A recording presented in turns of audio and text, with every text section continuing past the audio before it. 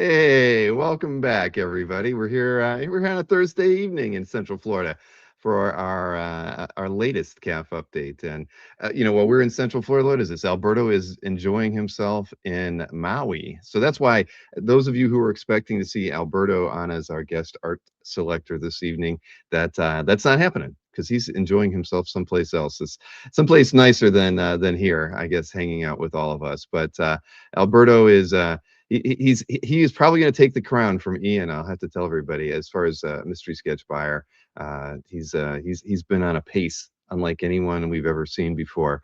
But enjoy yourself in Maui, Alberto. We do have Newell sitting in for Mr. Snorrick tonight, and Stingray will be joining us for the art picks later in the show. And I've got we're going to have Bob Layton and Joey on with us to get the show started today as well. And and we can go over, we got a lot of other things to talk about today. Lots of fun stuff, lots of things that are happening around the I don't know, I guess you could say the fandom sphere of that we're involved with, whether it's related to the Kirby things that are going on over the weekend, and in particular on Monday, and also some show related stuff that we've got going on within here. So we'll get things started with Mr. Layton, because Bob has been, remember, he had his incredible European tour, which should have been filmed and made into a documentary. I mean, we did our best, but it definitely probably did not capture every moment of Bob's time in Europe, but we got to see a lot of it. But he's had a few weeks off, and he's got about 3 drinking draws under his belt. So he sent me a lot of video material, and I've kind of pulled it all together.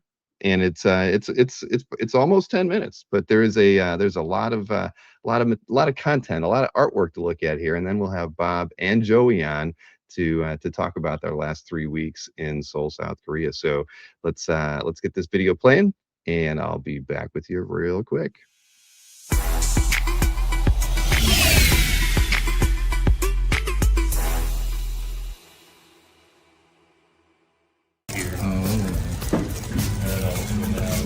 Zoom out. It's like, hey guys, here we are. We're getting ready to start our Superman special anniversary drink and draw. So stay tuned. We'll have more fun stuff.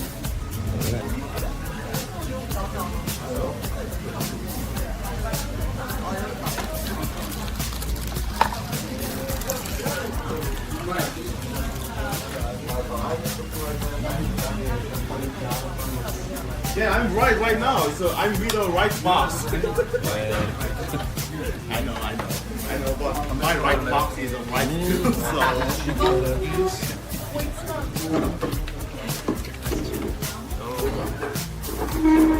Oh, he's doing so great. Wow.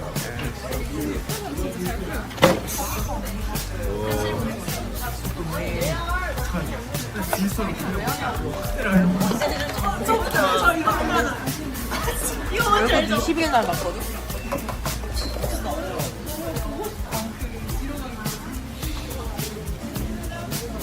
But we're gonna have it on there's a show called Comic Art Gangs in the States. Yeah. For art collectors. And then we're gonna be on there next week, so they want some footage. What character is this? Is it Colin Kent? Oh, a Colin Kent. Ooh, what's this? Wow. I'll do another video of people's stuff. Did you finish, Travis? No, I'm taking a break to Whoa. Wow.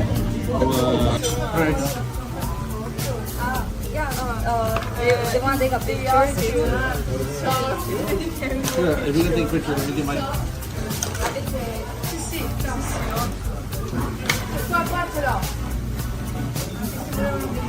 Okay, we're done.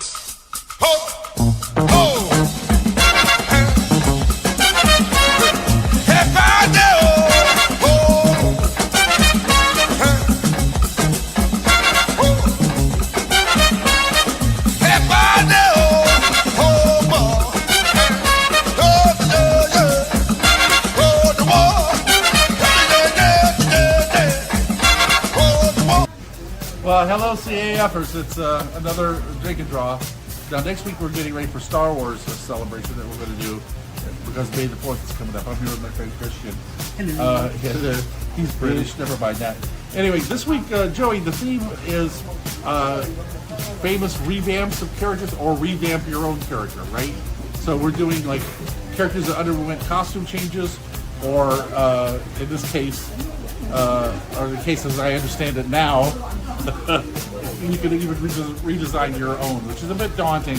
But I picked the Silver Centurion, obviously, because it's one of the most dramatic changes that we had with Iron Man in terms of costumes. So that's what we're doing this week. All right. Sounds Thank good. you for showing up, Christian. We should talk about what tonight's theme is. Yeah, I'll just do some B-reel now. Be real. Oh, listen. When would you ever be real?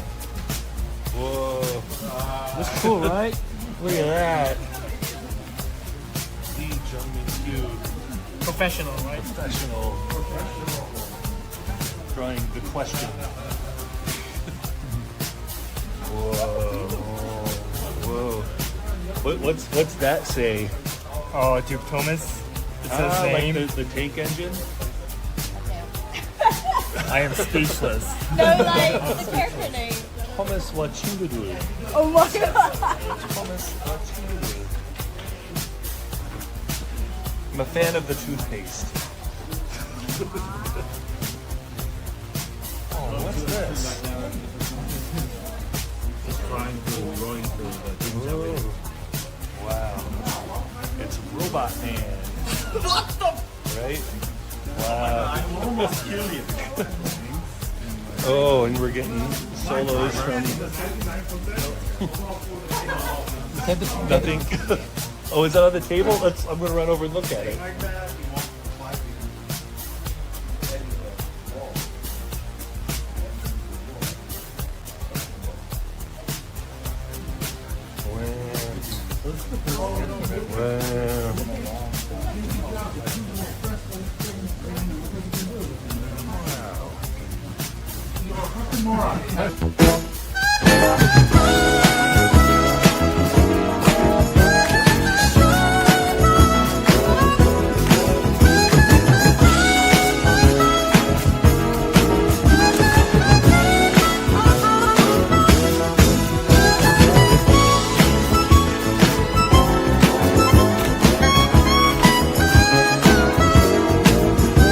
All right, here we are. We're at another episode of Drink and Draw. And Joey, you know, guys, is Joey Carter. Joey, tell them what our theme is tonight. Our theme is Star Wars because we're not open on Mondays. That's when it was, right? Yeah. And I think it was on Monday this year. So we just did a whole week of Star Wars stuff. That includes Star Wars Drink and Draw plus special Star Wars drinks. So we've got our famous Grogu milkshake. And like you said, the Boba Fett, the Boba shake. Yeah.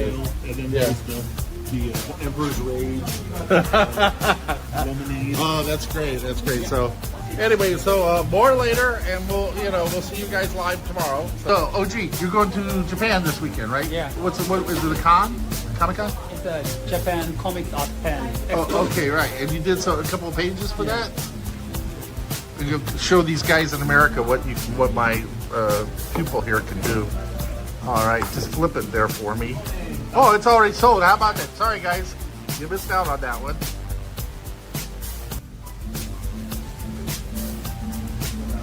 Oh, this is slower. So Kenko Lee here can draw. When I teach them, they stay taught. That's what I love about it. Yeah, check it out, guys.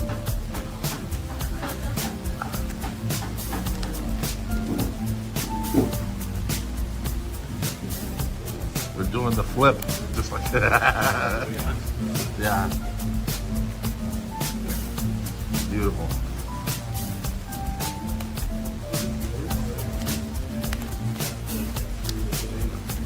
Oh, this one you did this week, huh? Yeah. Wow, that's really gorgeous.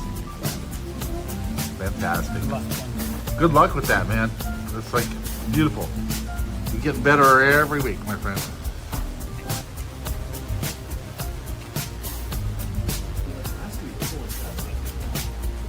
This is a picture of the roast producers stuff. Yeah, And I was worried about the trade or Wow, color. Oh, well, we've got green skin. How can I not? How could you not? Yeah, I mean, must differentiate, right?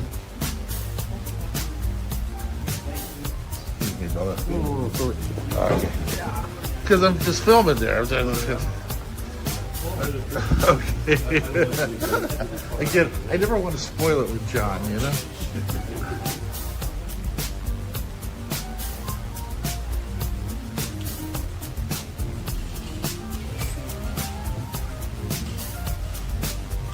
Is he singing the happy Star Wars song? Hopefully. And look at this. After not being able to figure out what to do, she knocks it out of the park. As usual. Thank you. Well done.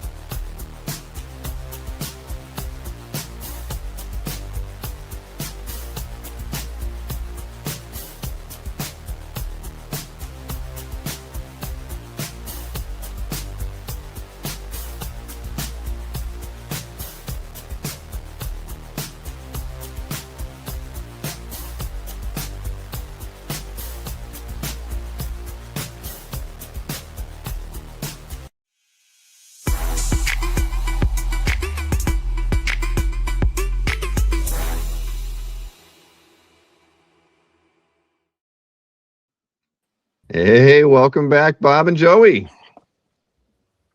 Hey, And we're here. Nice to see you, Joey's from remote locations. Yes, he is. It's beautiful there, Joey. The skies are blue. yeah, it's a really nice day. Well, Everything's green. it was a lot stiller, and then the wind started picking up. So if it picks up again, I might have to throw my hood on to cover my mic. But Hey, aloha to Alberto there in Maui. I'm a little jealous, you know? Yeah, Alberto's leading the good life right now. Definitely, he's Good for I him, think he's our #1 mystery sketch buyer for this Cal, and he's also enjoying some time off and a little vacation.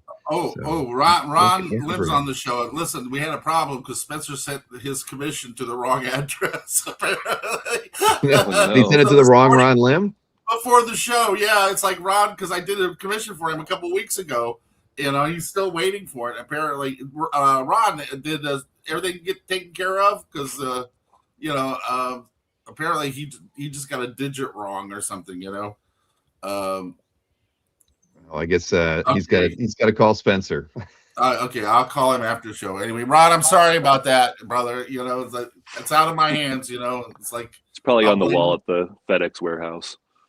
No, it's I Yeah, guess the it's fear his that we neighbor. all have when It was we're shipping over. art.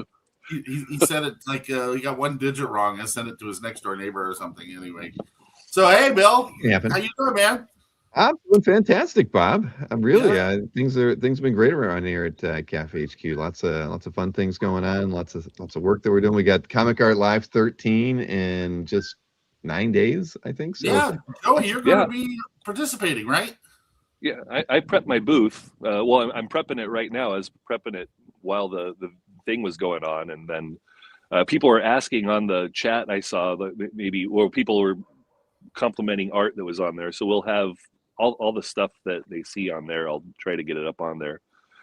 And then during the event, if anyone asks me about a specific thing, I can that's not up on the wall in there, then I can hunt it down and sell it to them. I did see you created your booth the other day, so I was going to ask if you had any questions yet. So, I'll let you know if I do. Yeah, and you guys can see we're really getting a lot of new talent coming into the drink and draws.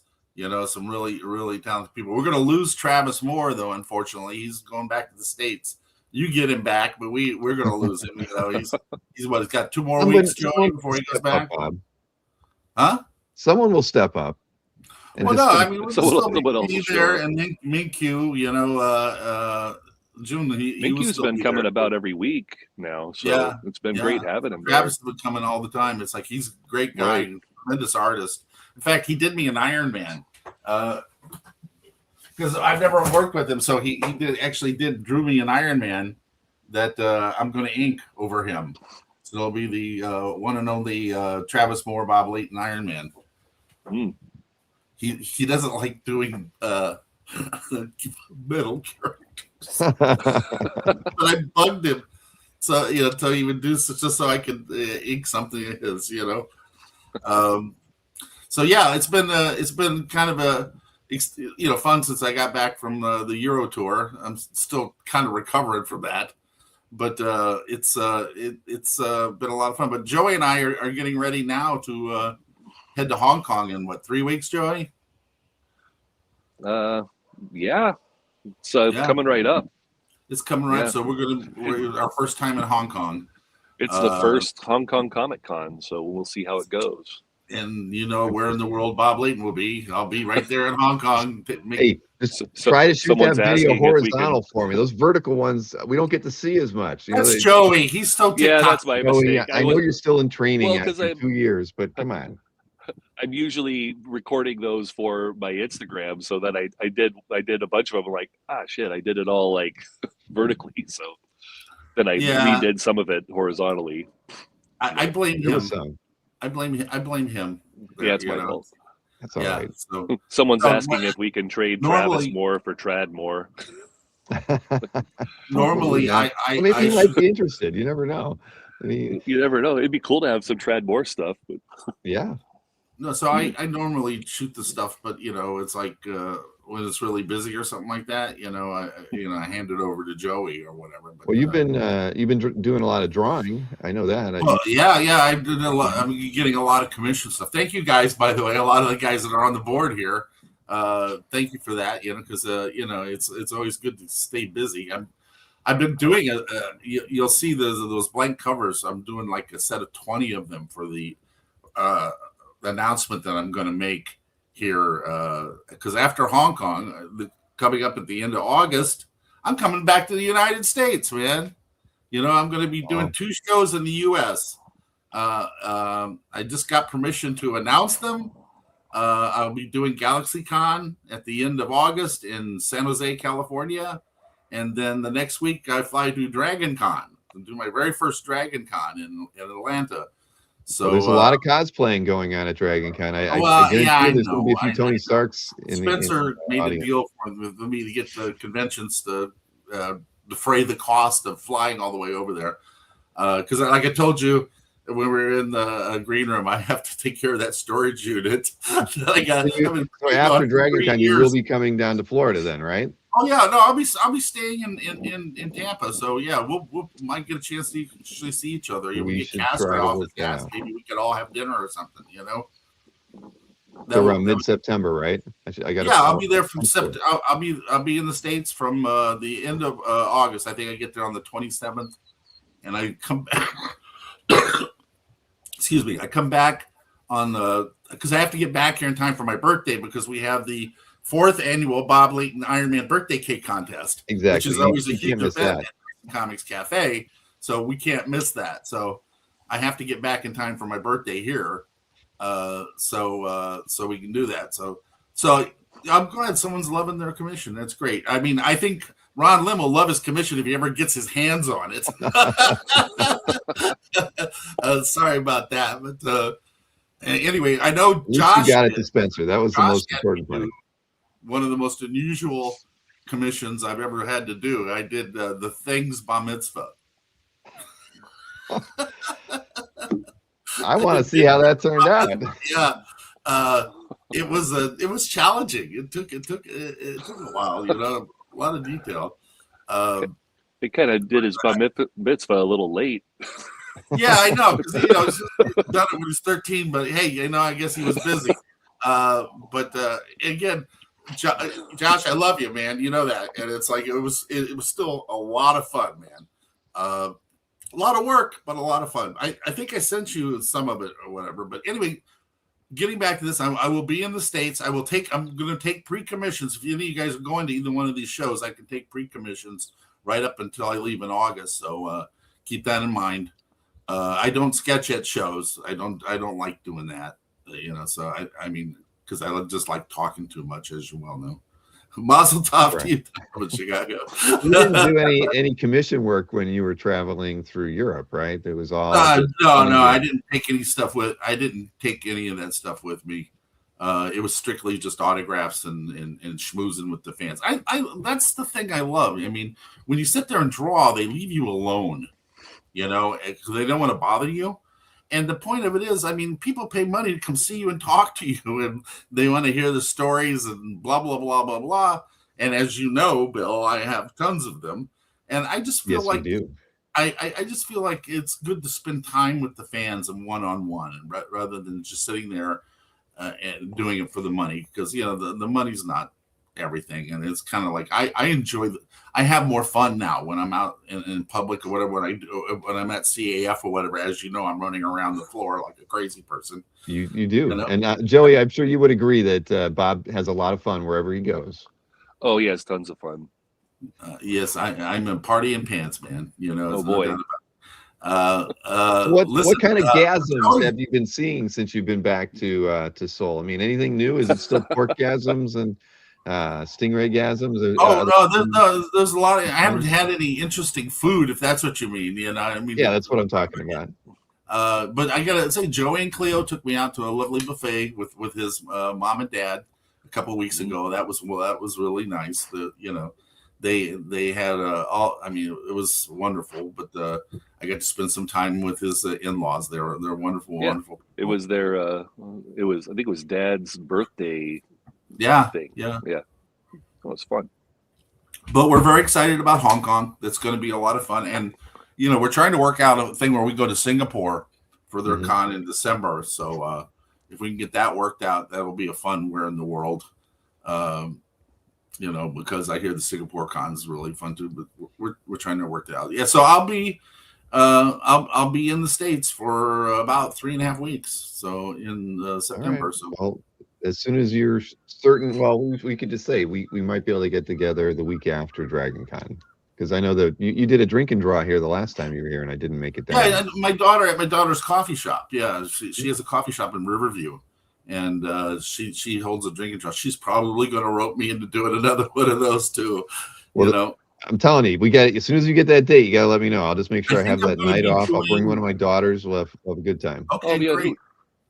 I got to talk to Spencer, because I think I'm doing another CGC signing as well during that time. So those guys that want to get books done or whatever, it's like we'll announce that once we get something scheduled or whatever. But because Brandon is only 40 minutes from where CGC is anyway. Right.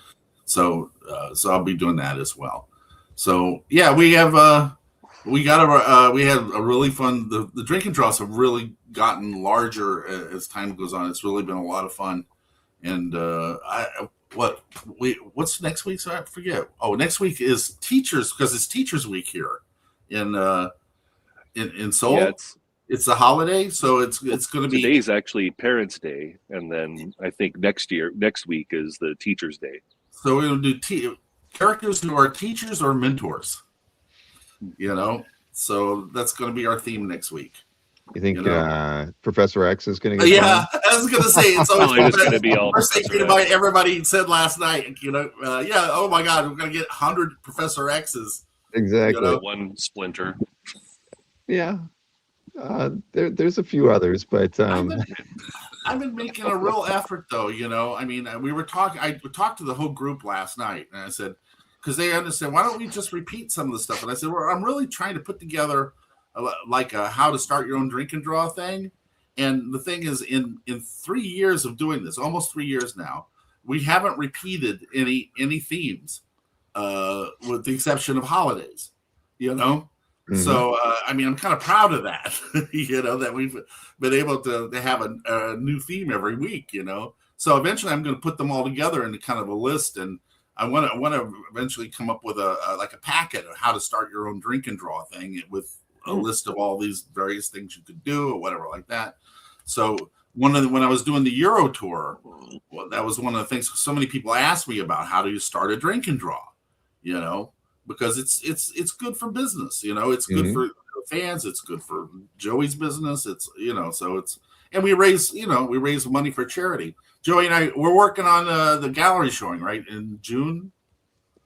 Yeah, in June there'll be Copic, the marker company, is doing a gallery showing at one of the galleries in one of the big chains of art stores here, and Alpha, right? They of Alpha, and they invited us to.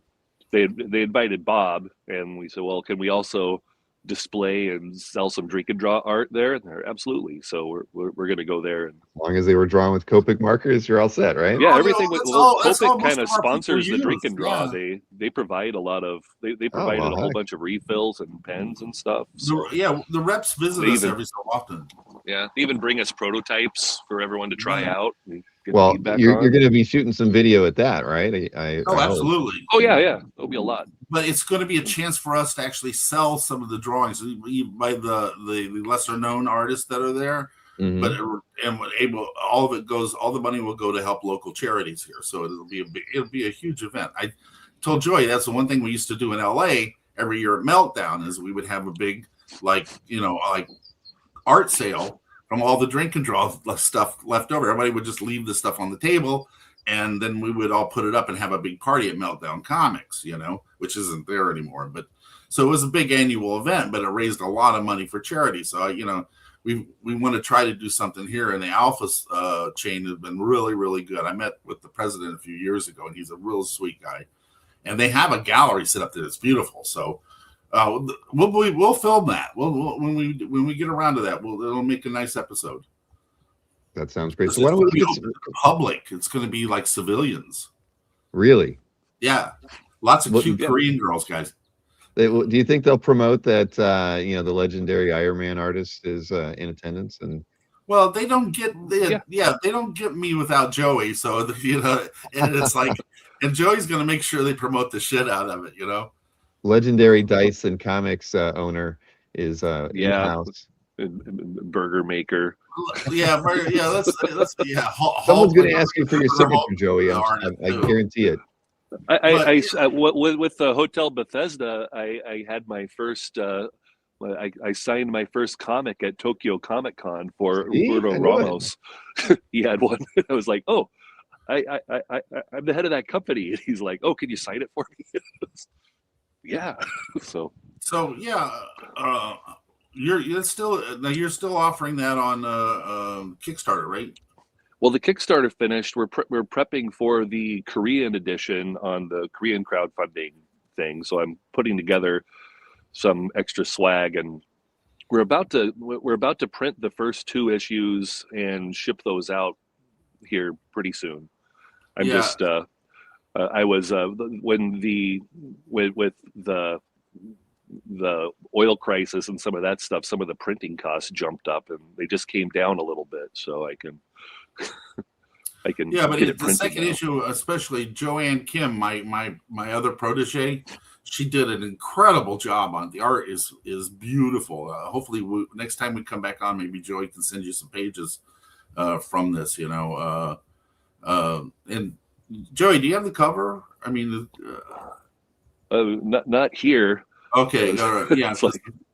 I tell her, I go, whatever you do. I know she does most of it on iPad when she's doing the stuff. I said, but do the covers, on paper. You got to give her some professional, advice so she knows how to make some cabbage after. No, but it's a beautiful, beautiful job. It's a good story. I think people are going to enjoy it.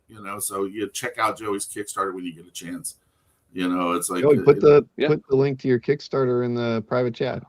Well, I think the Kickstarter there was some late pledge things, but I think that's done. But I'm planning to put it into distribution this year, so I'm working on that. When you have something that I can share, you send it along to me then. Oh, for sure. And then I've got 2 more projects going on. One's for they're both for K-pop groups. One's for one group that's existing, and then the other one is for a group that hasn't debuted yet. So they're going to debut early next year, and we'll release a comic for it ahead of their debut.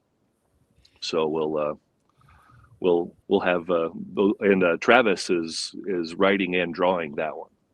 So Yes. So Joey's going to become the king of K-pop comics, man. Well, it turns out Travis Moore is a huge the market, K-pop I hear. fan. So when I asked him, like, "Hey, do you want to help me with this K-pop comic thing and maybe do a cover or something?" He's like, "Can I just do the whole series?" It's like, "Yeah, okay. Well, I'm looking for writers too." And he's like, "Oh, I'm a writer," so he's going to write and draw it. And we had the meeting with the K-pop agency, and they were really impressed with him. So it's tell him to draw it on paper. Probably gonna be really good. Yeah. Well, what I was telling him is because he draws. He said when he started coming to Drink and Draw, he had to get used to drawing on paper again because he hadn't drawn on paper in so long. And isn't that crazy, man? But I like to do the covers traditionally, and then we can have like a piece of original art that when we put it out, then that's there. Then do all the pages in digitally. It boggles my mind how, I mean, I know that it's expedient to work on computer, but these guys cut themselves out of a secondary market with artwork. I mean, when a guy like Travis Moore is like such a great artist, and it's like you can't get any of it because it's all digital, And I'm just like, don't be a dope, man, Well, with the interiors on these ones, since we're working with a licensor, I was saying, like, yeah, it's probably better to do the interiors digitally so that you don't have the licensor asking you to redraw so much stuff, and then it ends up being a pain. Well, or but just with the covers, it just does the covers. But yeah, but I think the Travis Moore stuff I'll have at the online convention. Okay. I don't think there's that much Travis Moore original art around, because he didn't do like a lot of cons, and he was drawing most things digitally. So if people are fans, it's a pretty good opportunity to get some stuff. Yeah. I'm working on comic card fans. I think no, there is not much. There is 13, 14 pieces, so not a lot. So there'll be so check in on Joey's gallery next week, and he'll have some Travis Moore up there. Some nice stuff like you just saw in the. He always does beautiful work at the Drink and Draw. It's gorgeous. I wasn't familiar with this stuff until he started showing up. Because I don't read comics or anything. But we found out today. Hey, I got really excited today. We found out that Marvel's doing an epic collection of Demon in a Bottle. So, in December, right, Joey? September, it should be out. Oh yeah, so it's like I'm really excited about that because not only again it's going to be an epic collection, but it's a huge royalty. I was going to say you better get some money for that. I like that. Well, hey, we haven't looked at that artwork that you worked on. Do we have Josh's page up there? I don't. Oh no, this was a pre-commission for Hong Kong. This guy Bruce Lai. Okay. Yeah, and here's the funny part: as I did it in color, and then I sent it to him. And he said, "Oh my God!" He goes, "It's so beautiful." He goes, "But I didn't order it in color." I just colored it because I've been so used to just doing color all the time. So I had to actually go back and do it again in black and white. For him, So the color. See, there you go. I had to go back and redo it. So the color one will actually be available later. Okay, I'm going to put it up for sale. Yeah, will that end up in Joey's booth too, or is it going to go? Yeah, more than likely. Yeah. Okay. Well, you have it scanned, so I guess because I'm getting senile or something, sometimes I get working and I get into something, and then I just totally forget that the guy didn't want it in color. I mean, it just seemed to me whenever somebody orders, they spend that kind of money on something, generally they want a full color one, right? Right. So I just jumped the gun on it, but there you go. Well, so that was a pre-Hong Kong. That was from Drink and Draw the other night, the redesigned costume. That'll be up on Joey will have that available next week. Yep. Somebody will buy it, right? Because there's always Silver Centurion freaks out there. Somebody wants to know if the Jim Lee. Did you sell the Jim Lee original? No, I still have it. I'm for the Jim Lee one. I'm waiting until there's a specific cause in Korea, because every year there's a wildfire or a flood or something like that, and then I can sell it when I've got a specific thing for it to go to, Hmm.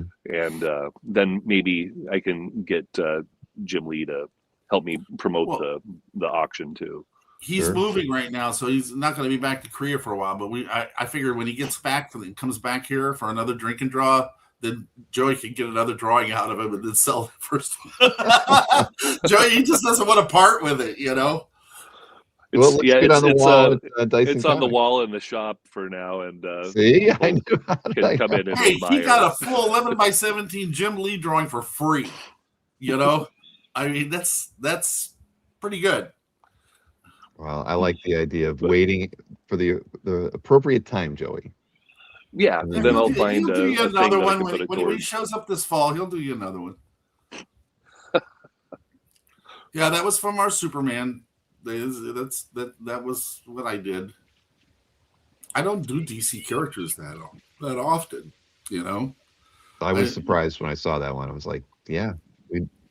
I don't really get much of a chance to do that, so it's kind of fun for me, you know. That's why next week when we do teachers characters who are teachers or mentors, I'm going to do Adam Strange, because my favorite. I grew up, I loved Adam Strange, so I never get a chance to draw him, you know, and I always loved that retro costume, right?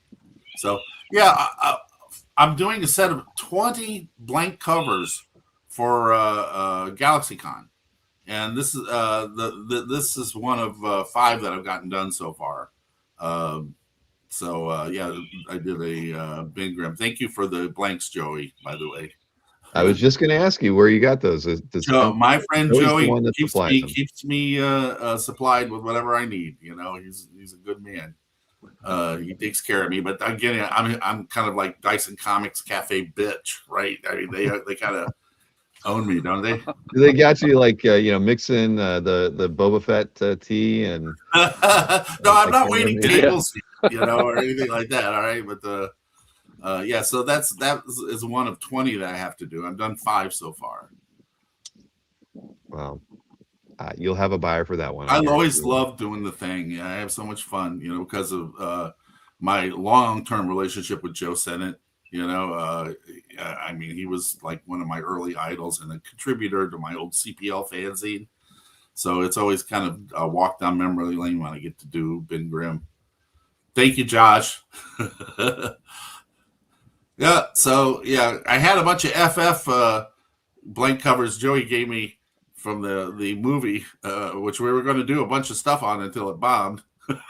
So, but fortunately, I had them still laying around, so I can do them for the show here. Yeah, so here's Reed Richards. Oh, see, And I got to do a Batman. You know, of course, whenever I do Batman, I think of Dickie.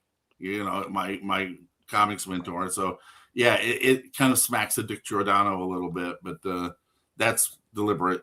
Because to me, he was always, my Batman idol or whatever. So it's beautiful. more of an homage to him. You know, you're making all the DC fans. Josh, I'm going to do all 4. I have 4 Fantastic Four things, so I'm going to do one of each character. I'm going to have, I still got to do Sue Storm and the Human Torch or whatever. So, had to do a Spider-Man. So there you go. That came out fun. Yeah, well, other than the fact that you can't see his legs, but on the comic it looks a lot nicer because it bleeds off, right? And there it just looks like he's like double amputee or something. But when you see the comic, it works a little better, And right. I had a ROM, and I always loved doing ROM, because me and metal, it's a fetish. So those are the 5 that I've done so far out of the 20 that I'm going to do for the show. That was I did that for Kicks last week. That one's going to be, I'm going to give that to Joy. That'll be available to because I just it's funny because after the trip, it took me a while to get back in the swing of drawing again because I hadn't drawn in 2 months. Mm-hmm. So I just that was kind of something to loosen up. No, by the way, Southern Comics Geek, I actually have 2 exo blanks that I'm going to do. Okay, I have that in the pot. Well, now you made him happy. Oh yeah, no, this He's is one my of the job. big Valiant Everybody on fans the out there. CAF board happy, man.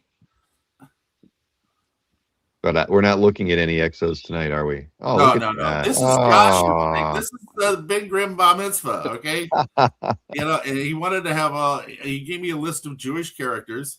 And so I figured, well, they couldn't lift him on the chair when they did that. It's the horror, right? The dance, right? So I figured, well, I'll have Magneto levitate it,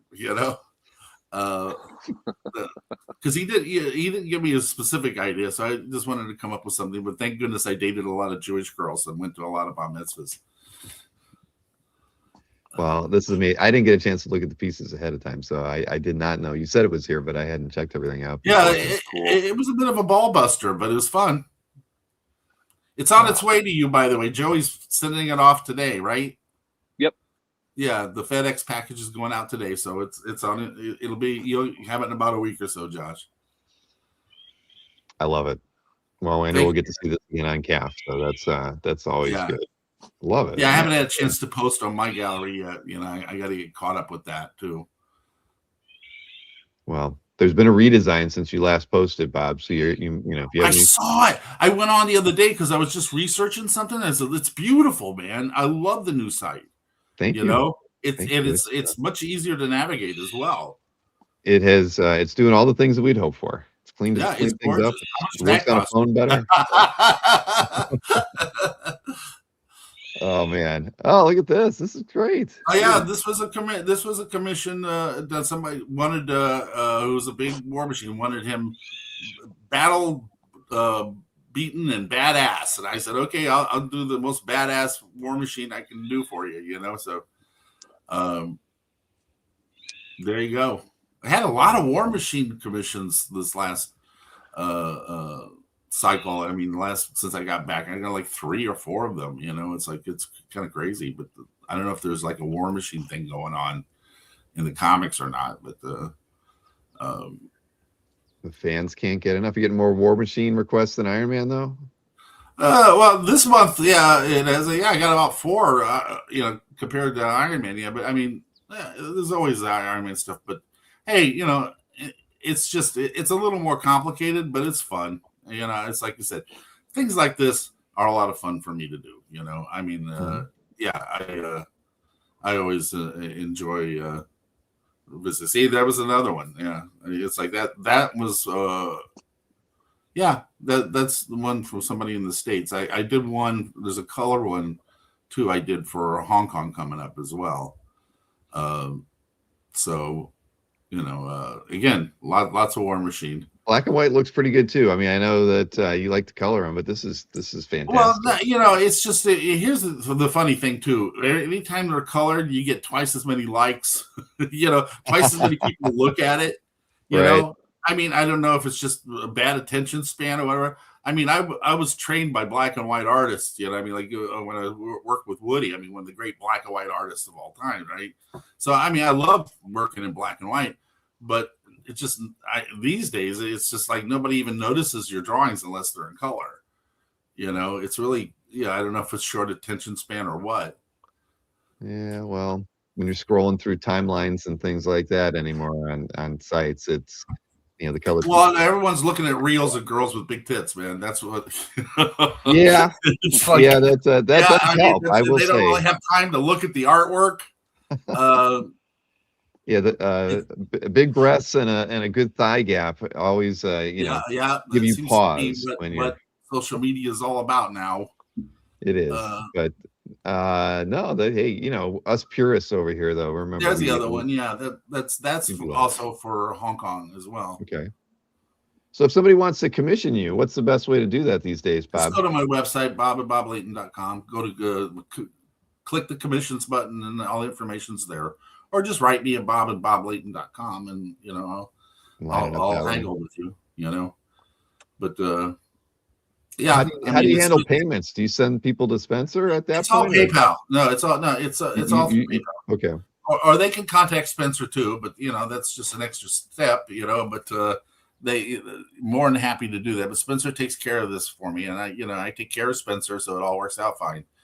And Joe, thanks to my pal Joey here. He takes care of you. He takes care. Yeah, between him and his wife, I'm pretty much taken care of. It's like Joey sends his packages to Spencer, but they do business, so they send stuff back and forth to each other anyway. Usually, I know it says 4 to 6 weeks, but I usually turn this stuff around. Somebody ordered an Exo Man of War variant cover, and I wanted to get it in that package. So I just stayed up all night Wednesday night and just did it so I could get it in the package for the guy in time. He's like, holy crap, I just put in the order like 24 hours ago and you finished it already. And I said, yeah, well, because we only ship twice a month because it's expensive to send to the States, right? Exactly. And then Spencer, did you remind him you are a professional, Bob? You don't fool around. I am. No. But again, I pride myself on this because look, now in my golden years here, I like to take my time and have fun. Like with Josh's commission, it was a pain in the ass, but it was really fun. And it's like I'm kind of enjoying doing stuff that I really enjoy and trying to do my best work, right? But again, I know guys I've been on the boards and guys bitching about guys taking 6 months to a year to send a commission in. Mm-hmm. And that with me, it's like no one's going to say that about you. It's out the door, yeah, as soon as I can, right? Because I know what it feels like to sit there and wait forever for somebody to do something. Remember, I used to be an editor. It's like I used to herd cats for a living, man. Oh yeah. No, you've had an interesting career, Bob. No, I have not eaten the Portuguese Man of War. But I have eaten jellyfish. I have, you've seen me do that when we have seen you eat the jellyfish. Episode, I'm eating jellyfish, which is very similar, right? So I have eaten a member of the species, at least.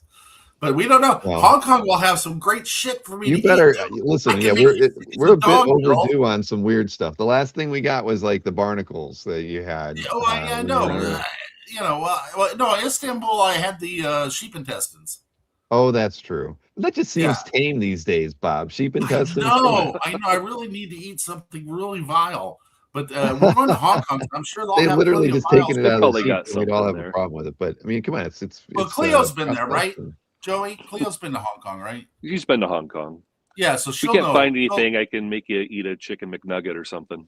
Well, that would make me sick right there. Considering that I don't eat meat, that no breading, right? And right, no. I know what everyone's waiting for. It's not meat. They're waiting for that episode where I eat something and then vomit, right? Well, it's coming. I mean, eventually, I mean, you guys never saw me eat a balut, and that was the nastiest thing I've ever put in my mouth, which is the 1,000-year-old duck egg, right? Those with things. The embryo in it. I mean, I couldn't finish Yuck. it, and I literally like choked on it, right? I don't want to see you eat that. No. I won't be doing it. There's a few things. I've had sea cucumber. But again, not on camera.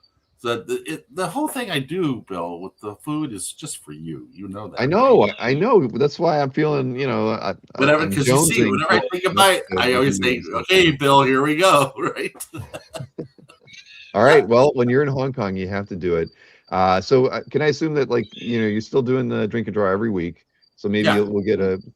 You can always send me an update if you can't make it to the show or something. We can always show it, like that week's episode or something. So don't hold back if we're. Okay, no. I mean, because again, we get a lot of original art, but today we wanted to promote the fact that Joey's going to have the gallery open next week, and people can actually some of this incredible artwork that you see will be available.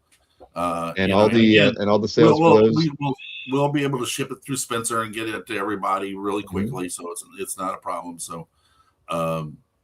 Listen and really appreciate the opportunity, man. It's wonderful, Well, again, it's the global 24/7 comic art con for it's not a full 48 hours, but it's more like I don't know. I guess it's more like 36 hours. I don't know. I can't do the math right now. But and for us, it's going to be like Sunday morning when it starts in Korea. when it Oh, that's starts on true, isn't Saturday it? there. So we're on a different time. So I'm gonna try to be on there as much as I can. But if if it on the later days, there might be some times that I'm, I might take a while to respond to things if it's nighttime here. So, People are you on- doing it from the shop on that Sunday then? Yeah, I'll be in the shop on the Sunday, and I'll come down and hang with you then.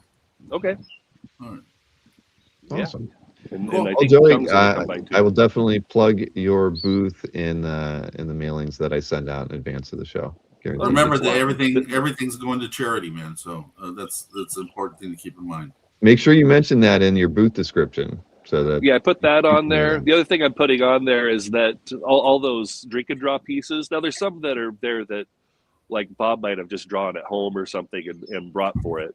But the ones that are drawn at drink and draw, at times there might be something like so it's at a public event where there's people around.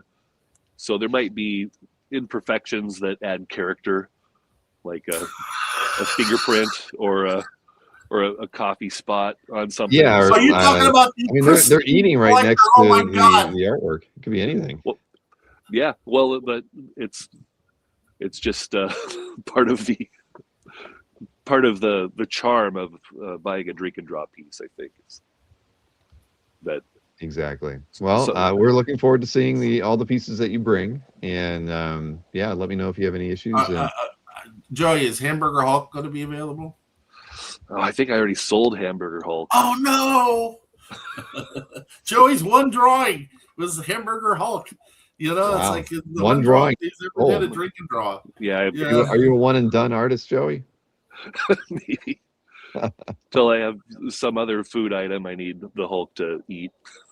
So, Well, anyway, All right. Bill, again, we'll talk more when we get back from Hong Kong and we do Where in the World is Bob Layton, but I'll have an update on the convention appearances in the States or whatever, and the CGC signing and all that sort of thing, so we can Yep. do that in about 3 weeks, okay? All right, I'm looking forward to it. And who was the artist that you work with at the Drink and Draw that's going to Yoshi's Comic Art Expo? Is that Well, that's Kung my Lee. that's my other pupil. That's Kento Lee. okay? That's right, Lee. Yeah, I'll have some of his 'Cause that's stuff out next there, weekend, too. right? Yeah, the one I call Yeah. OG. Oh, it's this weekend, right? Yeah, this Yeah. weekend. He left It's today. this weekend. Oh, Yeah, he left Yeah. today. Yeah. well, I get it. Hamburger Hulker, more than just breadcrumbs. Joey, one drawing and you're famous. Maybe you know? I'll do like what you do with Demon in a Bottle, and I'll draw one Hamburger Hulk a year. How about Yeah, Taco Hulk? Also, or Beyond Hulk Burger. well, the tacos, they could have beans on them, so Hulk would like those. Hulk loves beans. Yeah. He loved his beans was his sustenance back in the early days, right? I mean, that was it. Yeah. Oh yeah. Cans of beans. Still is for me, being practically vegetarian. It's like it's definitely a staple. Any legume is a staple in my diet. But anyway, hey, listen, Yes. Bill, thanks so much for having right. us on, having us both Yeah, on. it's been fun. always a Nice to pleasure. see you Thanks again. for thanks to everybody on the chat line there who's been supportive or whatever. We really appreciate it.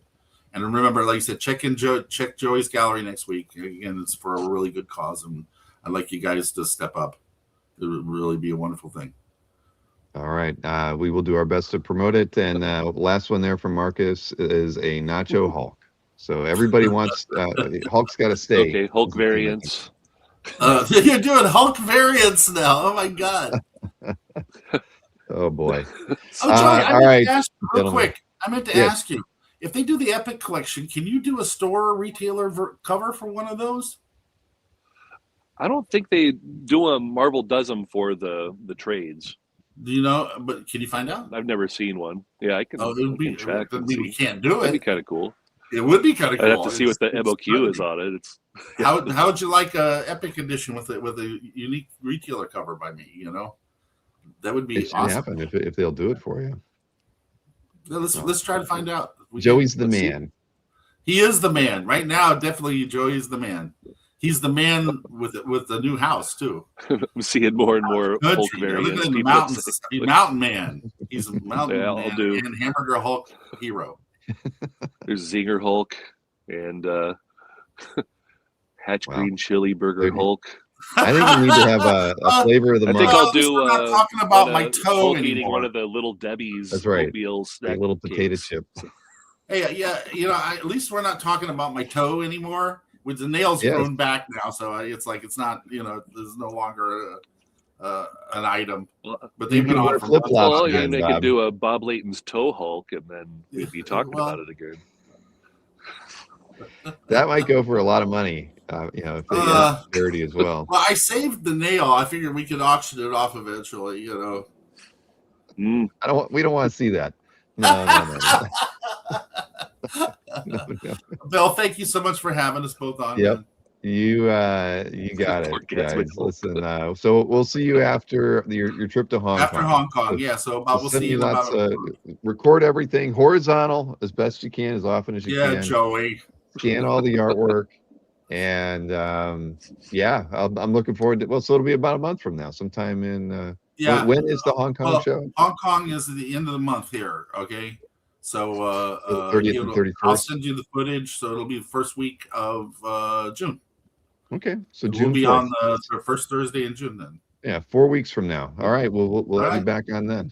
Get the scoop. All right. Eat Unless something weird while really you're there. exciting happens, yeah. All right. Thanks for coming on, Thank you, guys. I'll see you Thank again you, soon. guys. Thank you, Bill. Thank you, All right. Kasra. Good night.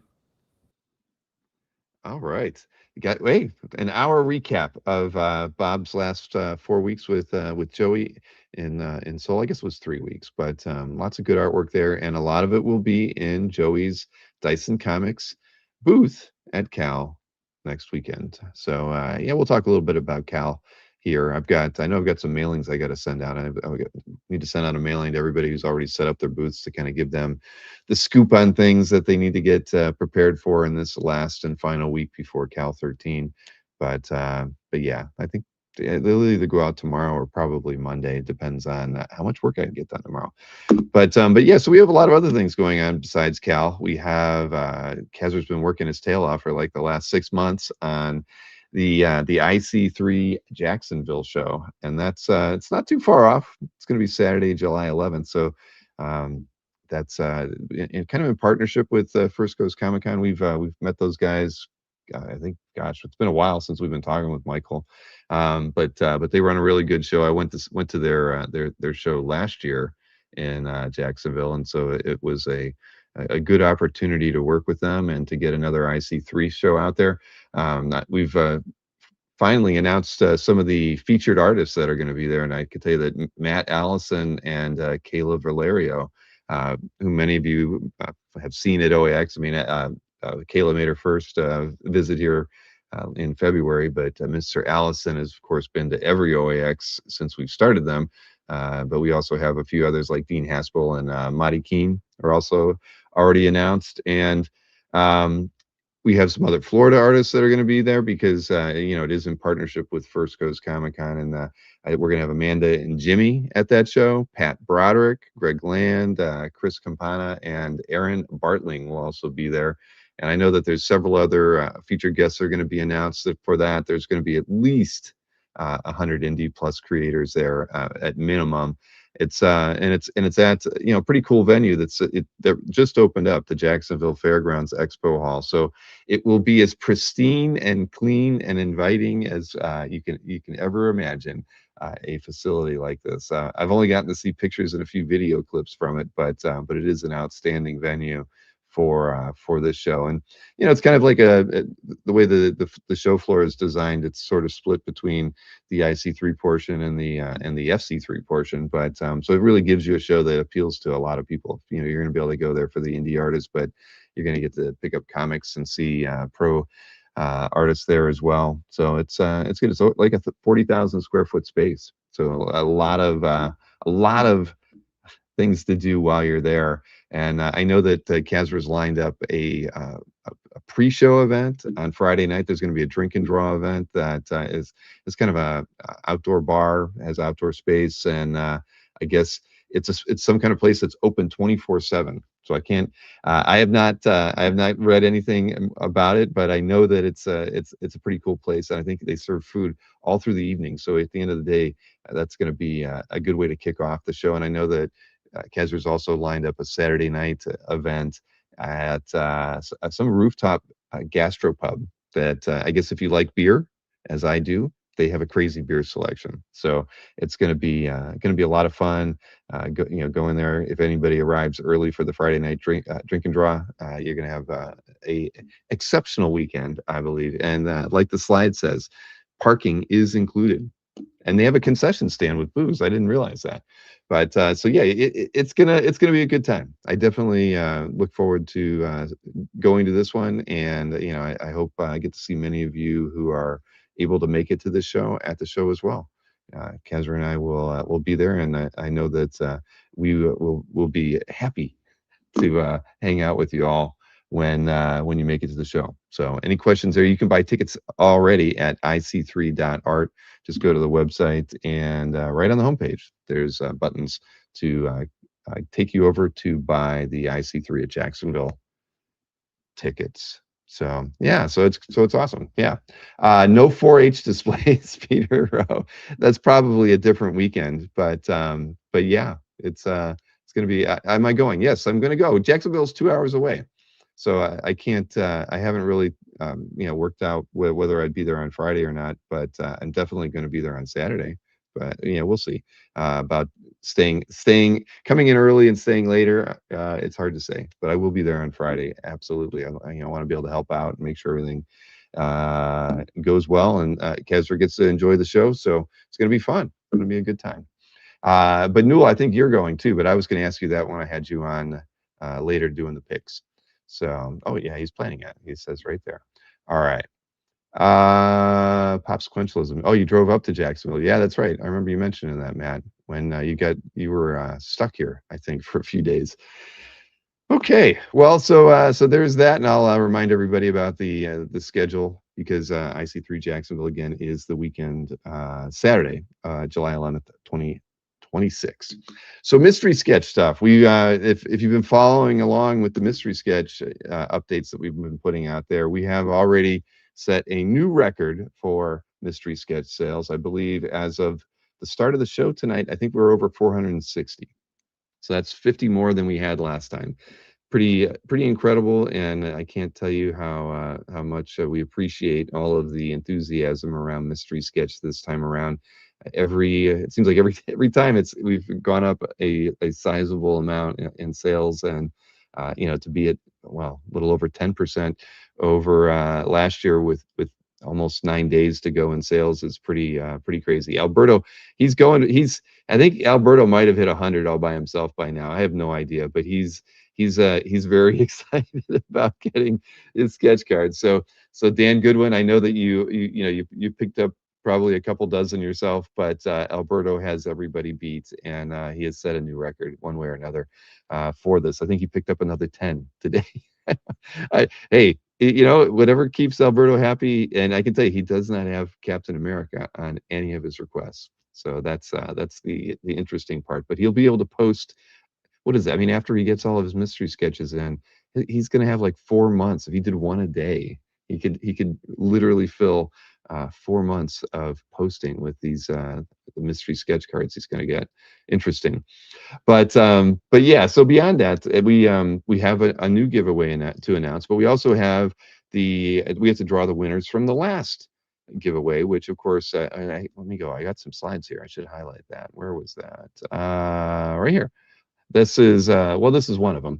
We have the Howard Chaykin Zatanna piece that's done on like 6x8, as well as the signed edition of Too Dead to Die by Howard. But then we got the other one from Val Hochberg, who agreed to do a Cal 2026 mystery sketch card of the winners choosing, character wise. So you'll get that. So how you got to be eligible for either of these things is for the Chaykin, you had to buy a 9x12 mystery sketch, and for the Val piece, you had to buy a sketch card. So I'm just going to go ahead. We're going to start with, we'll do the 9x12 first. So let me go ahead and copy all of those names and slap it into the wheel of names here. Let me pull this thing up because way too many tabs have been open throughout this show.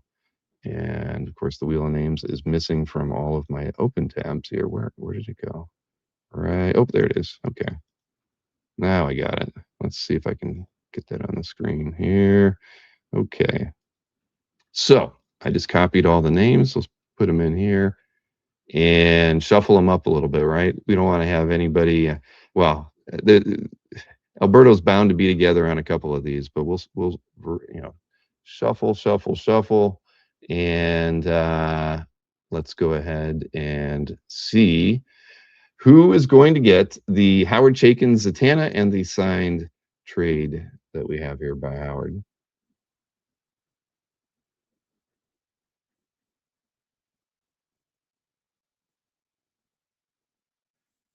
Hey, all right, Michael. Congrats to Michael. I don't know if I've seen Michael in the chat tonight, but Michael's bought a few mystery sketches over the past few years, so that's awesome. So I'm going to go ahead and, well, I can remove him, but we're going to just totally blow out this list so we can find out who is going to, let's see, Control A, there we go. Who's going to get the Val Hochberg opportunity. And this is the one where we're going to see a lot of Alberto's. I'm sorry, because he didn't buy any 9x12s. He's only bought sketch cards. So we have 288 entries for sketch cards right now in here. So let's shuffle this thing up a bit. Yeah, you see Alberto and Dan's name in here a lot. All right, how's that? I think we're good right there. Let's go ahead and find out who gets to work directly with Val on a sketch card for the character of your choice.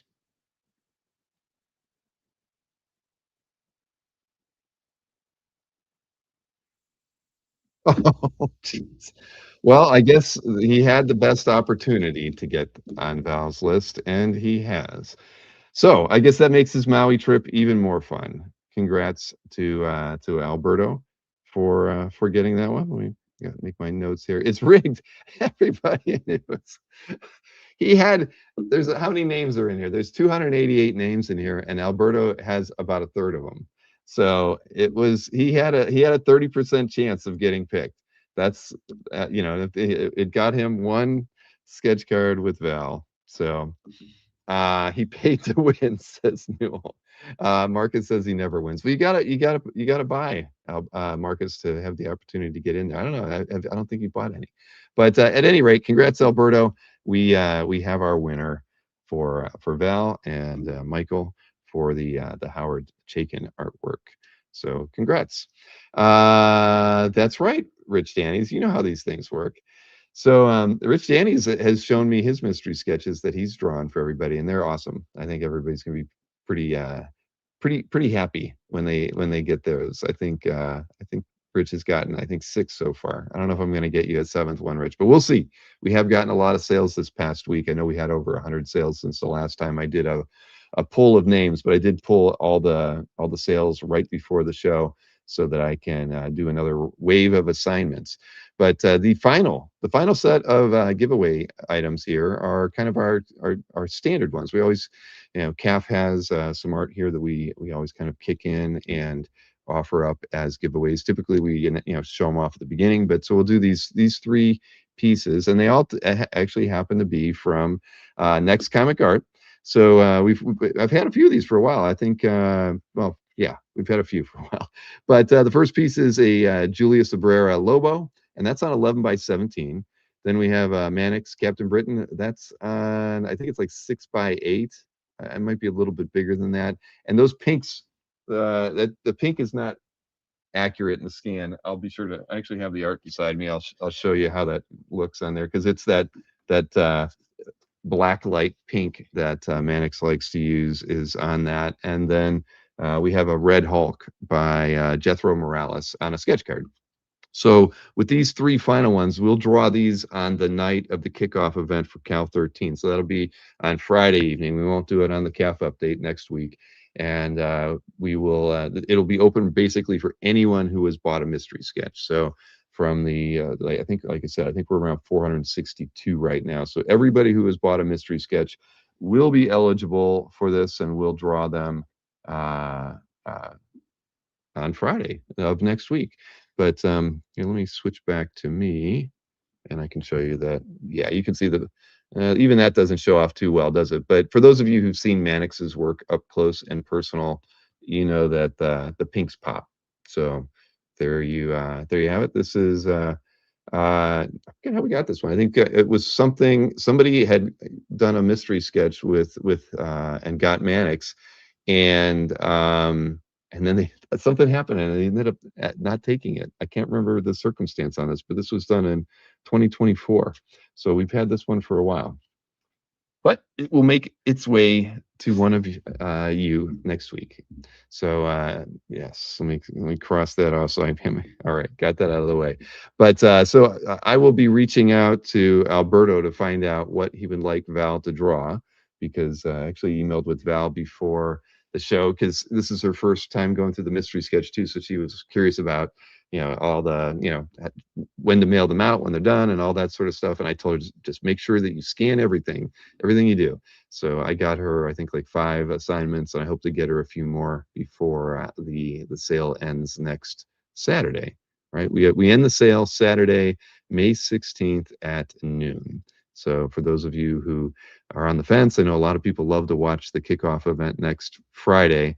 And once they see the artwork that's being worked on, we always end up getting like another 30, 40 sales from the time the show starts to when we finally cut the sales off. Jeff Wedding says that Alberto wants a Star Wars character. Well, that's entirely possible, Jeff. But it is nice that he ended up getting that one. And I saw everybody talking about the mask that I was gifted last week. I've not tried it on. It probably still smells like chocolate, so I don't think I'm going to put it anywhere close to me for a while. But Dan Goodwin says he might try to squeeze in a few more orders before then. No, Dan, definitely. And I haven't gotten to put my family's orders in either. Maureen had to fly up to Ohio for a couple days, and I forgot to get a list from her of some characters. So I'm going to actually give her a call in the morning, because I was hoping to get my orders in before we do the next pull. So I want to get. I got to lean into the 9x12s this time around. I think that's the way I'm going to go. We'll probably pick up at least 3 or 4 sketch cards, but then I got to get at least 4 or 5 9x12s. We've been going the sketch card route a lot in the last 2 shows, and I got to swing back the other direction. So man, there's a lot of glare on my glasses tonight, aren't there? That's weird. I'll have to adjust the lighting. I'm not allergic to chocolate, Marcus. I just can't imagine wrapping my head in something that smells like chocolate. So that's all. Yeah. What am I supposed to say? You guys saw it when I opened it. I thought I was getting something to eat, not a GIMP mask. But all right. So I think, let me see. I'm just looking at my slides here. So yeah, we got all that. So let me go ahead. We can kind of look at the schedule now before we get Newell in here. So this is well, I know that Kazra is traveling to New York. He's going to be there during the Jack Kirby Way street naming, as well as some other folk from the Kirby Museum, and there's going to be a lot of it's going to be cool. I'd like to think that even the local news broadcasts and whatnot will be covering the street naming event one way or another. I know that it would be cool to get to see it. I'm glad Kazra's going to be there, and I know that we'll have some video, and I'm certain of getting some photographs and whatnot from that, so we can show that off next week. Maybe we can get Kazra on to talk about it, because I think it's going to be a pretty moving moment just to have Jack acknowledged in this way, in his in a place of importance that was important to him. And there's also I think it was announced. Was it announced today that they're also doing a show that's going to be, I think it's an exhibit that's going to have, I think, like 70 plus items of original art and comics and other artifacts related to Jack. That is opening at what is it? The American Jewish Historical Society. That opens on the same day on Monday. So I'm sure we'll get some footage from that as well. But they're really making it kind of a special day. And again, it's I'm jealous that I can't go, but we will be well represented with Kazra being there. So yeah, so that's gonna be fun. That night I'm gonna hop on the the show called Good Buddy Comics at 8 p.m. I'll be hanging out with Dustin and Tyler talking about Cal. We're going to be doing a Heritage Anime Signature Auction preview next Tuesday. So I know that Matt DiTullio is going to be on there. We've been emailing a bit with the animation, department at Heritage. I don't think they've selected who or whom is going to be on the show with Matt and probably a few other animation experts, but that's going to be fun. I'm looking forward to watching that one on Tuesday. And it happens to be on the same night when Heritage does their weekly animation auctions. So that'll be interesting. And then we have, of course, the kickoff event next Friday, and then all panels for Comic Art Live next weekend on the 16th and 17th. And we have some of the panels outlined already. It's not fully fleshed out, but I can tell you that we will be having Daniel Scott from Scott's Collectibles on Saturday. He'll be doing, well, we're going to do a little bit of an introductory interview because I've actually never talked with him. I don't think I'm the one hosting that one. I think probably Matt is, but he'll be having some art for sale, and we'll get to meet Dan in person. So that'll be fun. He's setting up for Cal as well. And of course, Scott's Collectibles is one of the sponsors of Comic Art Live 13, as well as Heritage and Next Comic Art. Anthony is also going to be doing his show on Saturday because Anthony is set up at Graphics Con in New York on Sunday. So the usual start of our Sunday panel schedule at noon with Anthony is not going to happen. He will be doing a show on Saturday. We'll also have another animation art panel that will happen on Saturday as well. Then Yoshi from Japan Comic Art and probably some of his artists as well will be joining us for an art drop that will happen at 7 p.m.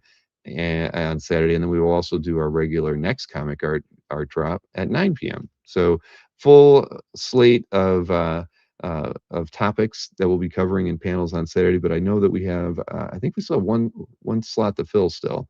I've got a few inquiries out to people, as does Kazra and Tatiana and Matt. So I know we'll get everything fleshed out. Kazra will be doing actually a 2-hour panel on Sunday that's completely focused on the Jacksonville show.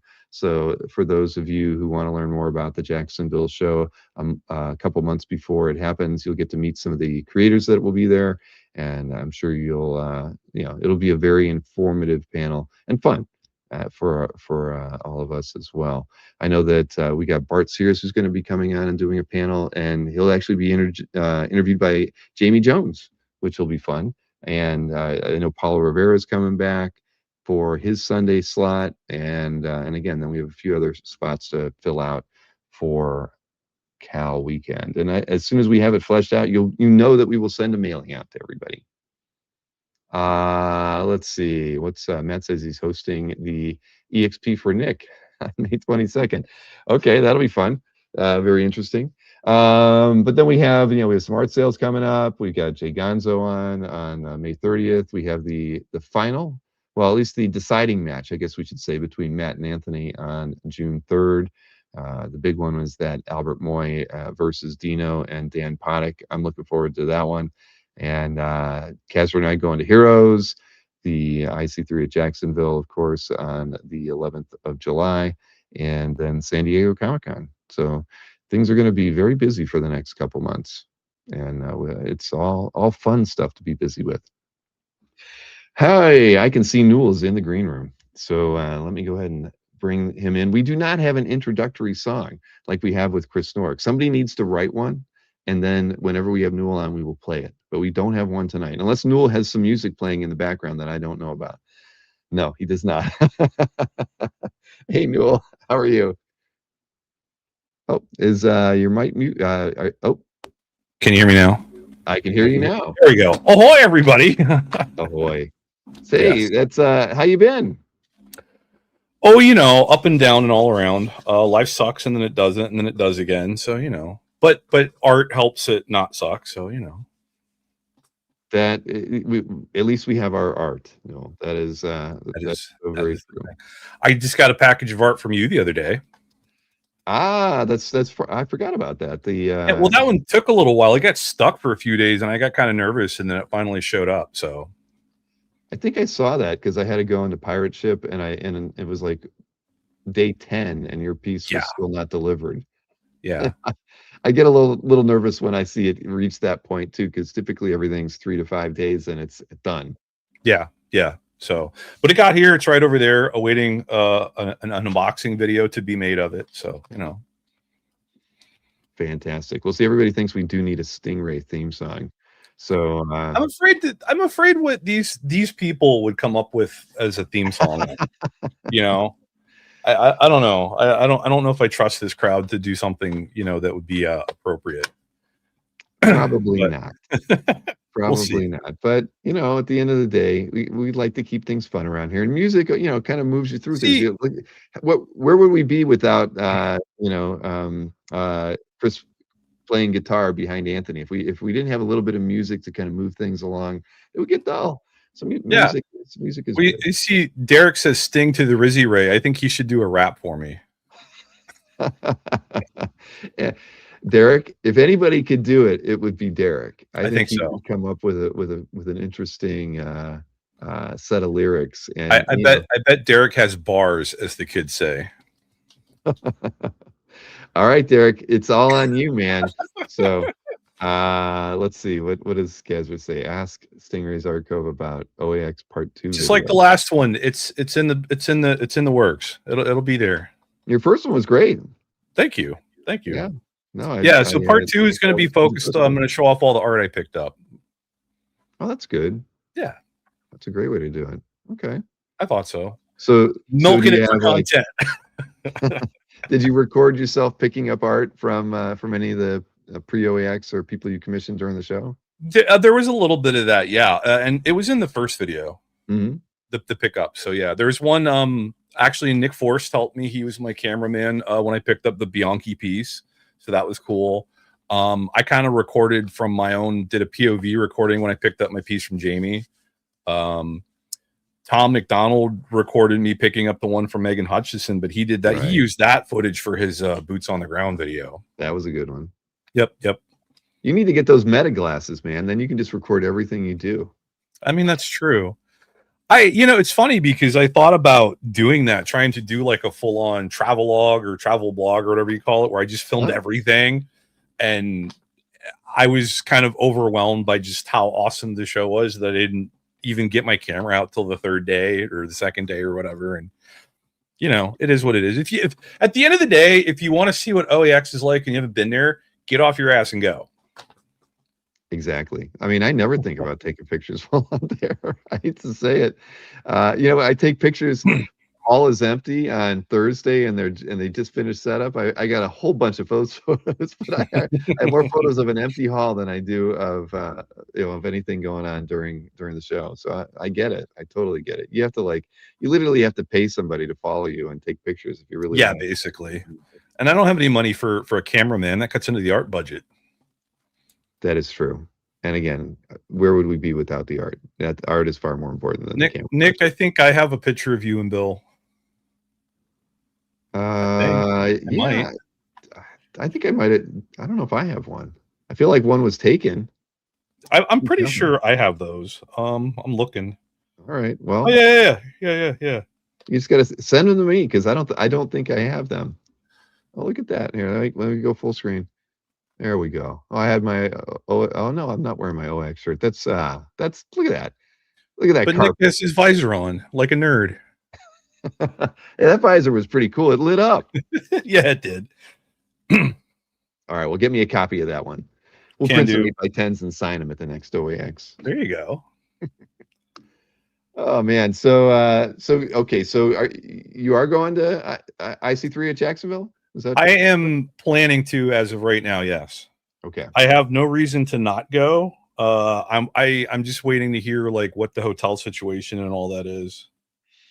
From what I heard from Kazra, the he's going to get the hotel information posted, pretty soon. Okay. That the rates are supposed to be really good. Good. I haven't seen them myself, but I know that it's Yeah. affordable. It's not like Cool. you're going to Yeah. San Diego and having to pay $450 to $550 a night. Yeah. No, I kind of figured, and I looked around a little bit because where the like you said, it's a brand new venue. There's no hotels like right there, right? So it's going to be a few minutes away, I think, but not too far, like maybe 10-15 minute stops. So shouldn't be too bad. But yeah, I'm excited. It sounds fun. Sounds like a cool show. I like the IC3 brand, and I want to support that as much as possible. Like I want to see how many when you guys start going really national with it. I want to see how many of them I can get to in a year. We'll see.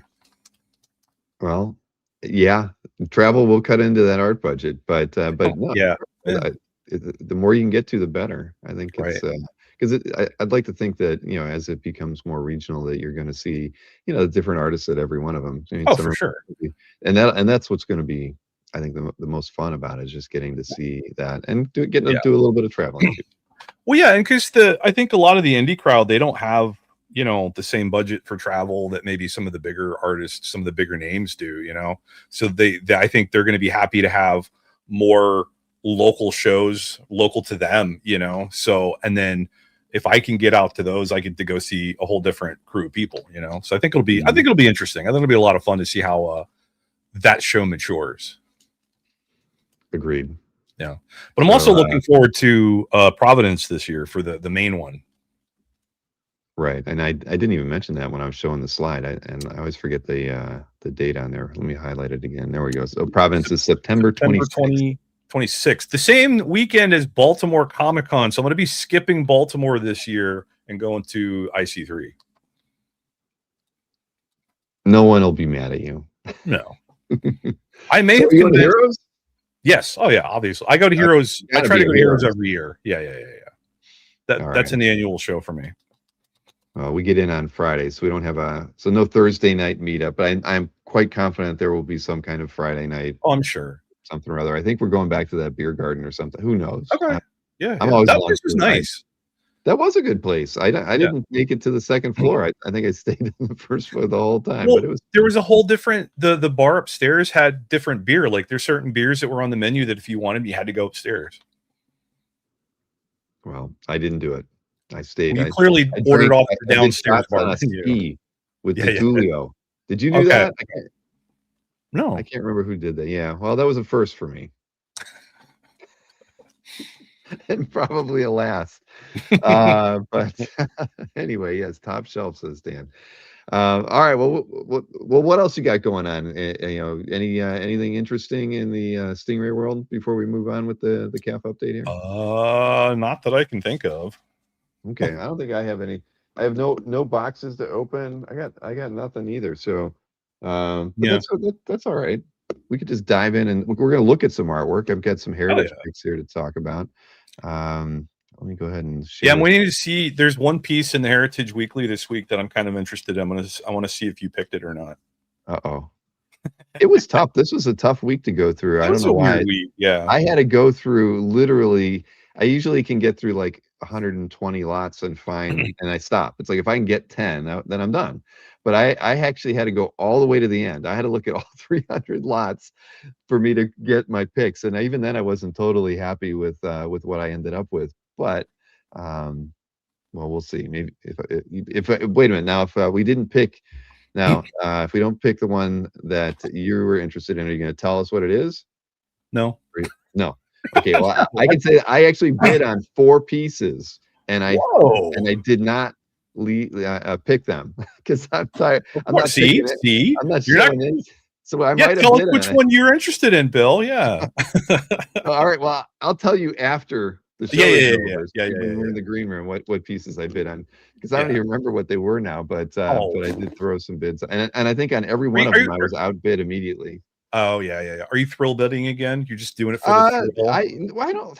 On one of them, I felt like a legit bid on, and I was outbid on that one, and then but the other ones were more thrill. Like I'm just putting my mark on it, I and got you. it was like, it was one was at $1 or $2, and I put whatever, I put like a Yeah. $75 bid on it, and I was outbid on it. Like, son of a gun, come on, Yeah. it shouldn't work like that. But anyway, starting things off, this is like a Fantastic Four roast book, which I just thought was funny. It's John Buscema pencils and Joe Sinnott ink. So, I mean, come on, anytime you can get John Buscema drawing Doctor Doom and have that many panels on it. I mean, I didn't That even is a great Doom page, and I think that wrong camel breath is worth the price of entry. that should be like a t-shirt. Wrong camel breath. Right. Absolutely. Everybody's just sitting there letting Doctor Doom storm his way up to the podium. Yeah. I like Reed grabbing Johnny as he's on fire, going, "Sit down, sit down." Well, he was saying, "Ow, ow, ow, ow, ow." Yeah. But yeah, look at that. That's I just thought this was one of the first pieces I came across, and I'm like, "There's no way I'm not showing this one." Yeah, because it reminds even of the Hembeck Fantastic Four roast. I was thinking that. Yeah. Doom the Insult comic. Yes, exactly. That would be kind of funny. This one I just picked Kyle Baker because I don't think I've ever picked anything by Kyle Baker before, and I have no idea what Justice Inc. #1 was, but I thought this was kind of cool for a painted interior piece. And again, Kyle Baker is just not somebody that I mean, I don't even know if we've ever picked any Kyle Baker artwork. Can you click on the black and white image? What's that? At the bottom, looks like there's a black and white image. Oh, I didn't even see that. Let me see. Oh, shoot. Oh, interesting. Huh. Is that like, is that like one of the, is that done with an acetate overlay? I didn't even think. I don't know. That's probably what it is. So, yeah. That's interesting. So it's an acetate overlay. So it's the background is painted, and then you also get the line art. Wow, that's cool. That's cool. Yeah. Yeah, I didn't even know. So it's got a process bit in there that yeah, that's kind of cool. I like that. $15 right now. What a bargain. Next up, what is this? Emilio Lizo? I'm not familiar with the artist, but I thought the page was beautiful. Yeah, so Spectacular Spider-Man was a book that they did recently at Marvel. It only ran for like 15 or 18 issues, something like that, where it was starring Peter and Miles together. It was a fun book, and I liked it because they really played up the gag where basically when they met up to go on a mission or to fight a bad guy, he'd be like, hey, Spider-Man, Well, I like it. I mean, I love the tonal work in the backgrounds on this thing. I really like the way he draws Spider-Man as well. I mean, I think it's interesting the way he's got Miles colored in, but not everybody else. That's interesting. I'd have to see how it was published to see. Yeah. But I think, as the finished piece, this the thing you get to own when you get the OA. I mean, I thought that's a very cool page. I like that, and you get 2 Spider-Mans for the price of 1. Exactly. This one's a James Siegel pick. Sorry, James.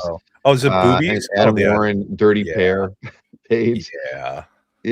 This one's. I thought this was really nice. I mean, the more I keep looking at these in James's collection, I feel like I'm going to start bidding him up on these a little bit. But do it.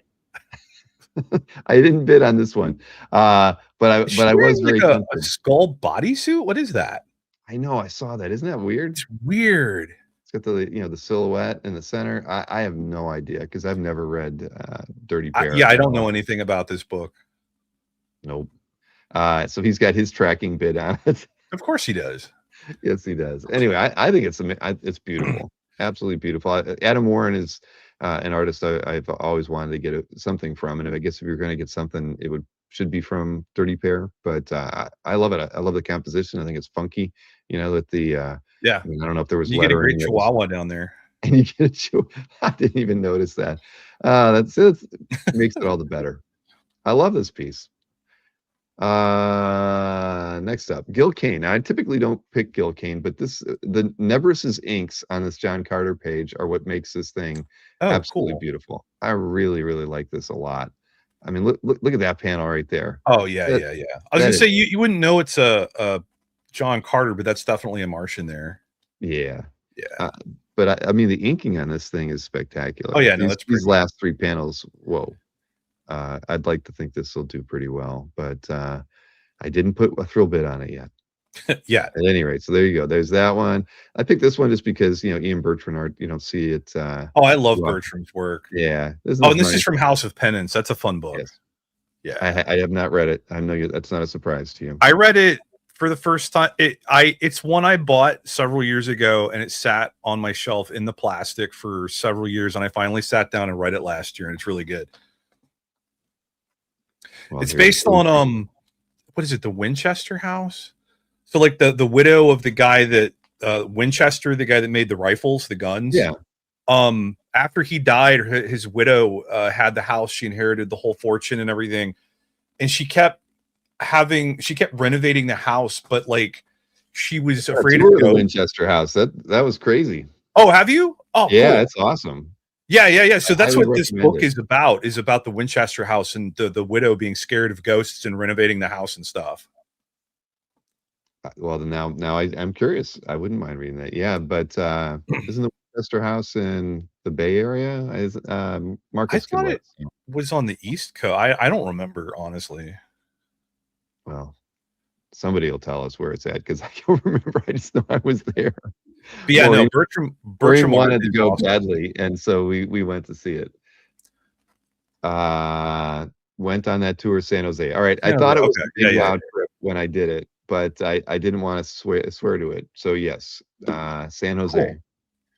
I think I probably went the same year from the year that Marcus keeps sending me the Big Wow catalog from 2018. That's when I went. It was the year that Joe Jessica was there because I know Joe went like an hour before I did. I saw him on the way out of us going into the Winchester house. So nice. Okay, there we go. Did you see what James said? No, what did James say? He called me Professor Junior. I'll take it. I prefer Professor Emeritus. There we go. I saw this one. This is the Epting, right? Yeah, I thought this was. I love Epting's work. It's a bunch of bugs, but I really like it. Yep, me too. I mean, we're so used to seeing his cap work and stuff, and I mean, it's all. I love it. I own a page from it, but when I saw this, I'm like, all right, we're not going to get to show off like bug creatures, by Epting. I think it's great. It's a splash page. I think it's like page 22, so it might even be like the end page to it. It's from, it could be FF 586. Nice. So we have critters like this actually live in Florida. I can tell you that, Noel. This one right there. Yeah. So I think somebody mentioned it on the show last night, but Epting's got a new image book coming out soon. Yeah. What is it? It's written by Rick Remender, and it's called Hammer Fist. Hammer Fist. I don't really know anything about the story yet, but it's going to be coming out. I read everything Remender puts out, and I love Epting, so I'm in. All right. Well, I am too. Because I love Epting. Yeah. Hey, Evgeny, what's up? We only got 3 more pieces here, so it doesn't sound like I picked your. I don't think you did. So what do we got here? This was a Adam Hughes Maze Agency page. I just thought, these are early. I think this is 89-ish. So anything, that's from cool. Yeah, I don't know what Maze Agency is, but yeah, it's a Kamiko book. Okay. So I had read a couple of these when they came out, but it didn't catch me. But now that we all love Adam's work, and then we to get to see this, I think there's actually a really nice piece by Adam. In this auction too. I didn't pick it because I thought this one was more fun. I think the other one might be a DC character with a semi-nude figure in it. But anyways, this is just more because it's Adam Hughes and it's 1989. Then this one was a Will Mineo piece. Marcus keeps ribbing me about Will and needing to bring him back on the show. And I would like that. I would definitely like to bring Will back someday. He was fun to talk with, but I always liked his art. This is something from it's a Vanity is the name of this book. You just like that last panel. I know it's the last panel, but what's better is haunches. Yes, exactly. If Anthony were here, but look on the back. This is, Uh-oh. Will was such a Wow. crazy. What Will felt like when he would sell a piece that it wasn't. He needed to add more to every piece of art that he sold. So when he would sell something, he would draw a new drawing on the back of most of his pieces. I have James, like do you have a tracking bid on this one? I did not put a tracking bid on. No, I was asking James. Oh, James. James should have one on there. Yes. But anyways, Will's an interesting guy. Like I said, I probably have 5 interior pages by him, and I'm certain that 3 of them have full edge-to-edge drawings on the back of them. Wow. Which is just That's wild. an interesting approach. And then this last one, this is more for a #1 Marvel fan. I just thought this was awesome. These are not consecutive pages in ROM 27. It's Sal Buscema. But that's a lot of Galactus. Holy crap. I know. I mean, that whoever bought this was probably a bigger Galactus fan than a ROM fan. But holy crap, this is an amazing pair of pages. It's pages 14 and 20 from issue 27. Oh, that's weird. But yeah, look at that. I mean, come on. If this was in FF, from John's run, these pages would be ridiculously expensive. Yeah. But these are Sal. They're But again, you get Joe Sinnott inks on them. Like, man, it's great. It's cool. That's my roundup. So I didn't pick your piece. You did not. You can breathe a sigh of relief. Here, I'm gonna send it to you in the private chat. Okay, I won't. But if I won't click on it. If I click, on it, it'll bring it up in the stream, and we would never watch. Well, you can save it for later. Yeah, and I'll let you know which 4 pieces I bid on. Okay. After this show. Yeah. Okay. So let's see here. Well, I guess I'll check it out while we're playing the EXP video here. So perfect. Which it was, but we get to see what Nick's bringing tomorrow. I have no idea. I didn't even watch the video. I just queued it up, and I think he's going to be bringing some card art, if I remember correctly. I forget. Well, we're going to find out. Let's see here. Nick Barucci, EXP, 7:00 tomorrow. Everybody, this Friday, May 8th, 7 p.m. Eastern, 4 p.m. Pacific, the Original Art Experience. We're going to have original art, and we're going to raise a little bit of money for the Eagles Autism Speaks Walk, which will be really cool. Last week, we raised over $900 for families of veterans who are, they call it food insufficient, but the reality is that they're going to bed hungry. We help where we can. This week it's Autism Speaks. And wherever you're watching this promo, hit that thumbs up. Sharing is caring. If you haven't subscribed yet, wherever you're watching this promo, please subscribe. And if you are subscribed, make sure you're still subscribed and hit that bell for notification. All right, to the artwork. Last week we had Greg Capullo Batman that had Superman on it, rare Greg Capullo Superman. This week we have John Romita Jr. Superman Year 1 with Batman on it. So we have like 5 pages from Superman Year 1. I mean, these are so cool. So then we have this fantastic Wolverine back cover by Will Conrad. It is gorgeous. This is history in the making. This is the first Magic the part of the first series of Magic the Gathering cards by Mark Bagley, where Marvel put Spider-Man in Magic the Gathering. Then, since we got a Venom, we thought we'd bring another Venom with by Bob Layton. Then we have the 616 cover. These are the artist proofs. Bagley did some of the sketches to go in the 616 books. None of them are out there yet, and we're able to sell his comps. But going back to Magic the Gathering, we've got some Secret Lair Marvel cards, Rainbow Foil editions. These are his comps, and we'll have them there. Then, hey, sounds like a great time to be having Doomsday. So Tom Grummett drew this in 2015. It is gorgeous, bringing that on the air. bringing in some Dan Jurgens, and we're going to jump back in a second. But Booster Gold with Dan Jurgens and Norm Ratmund.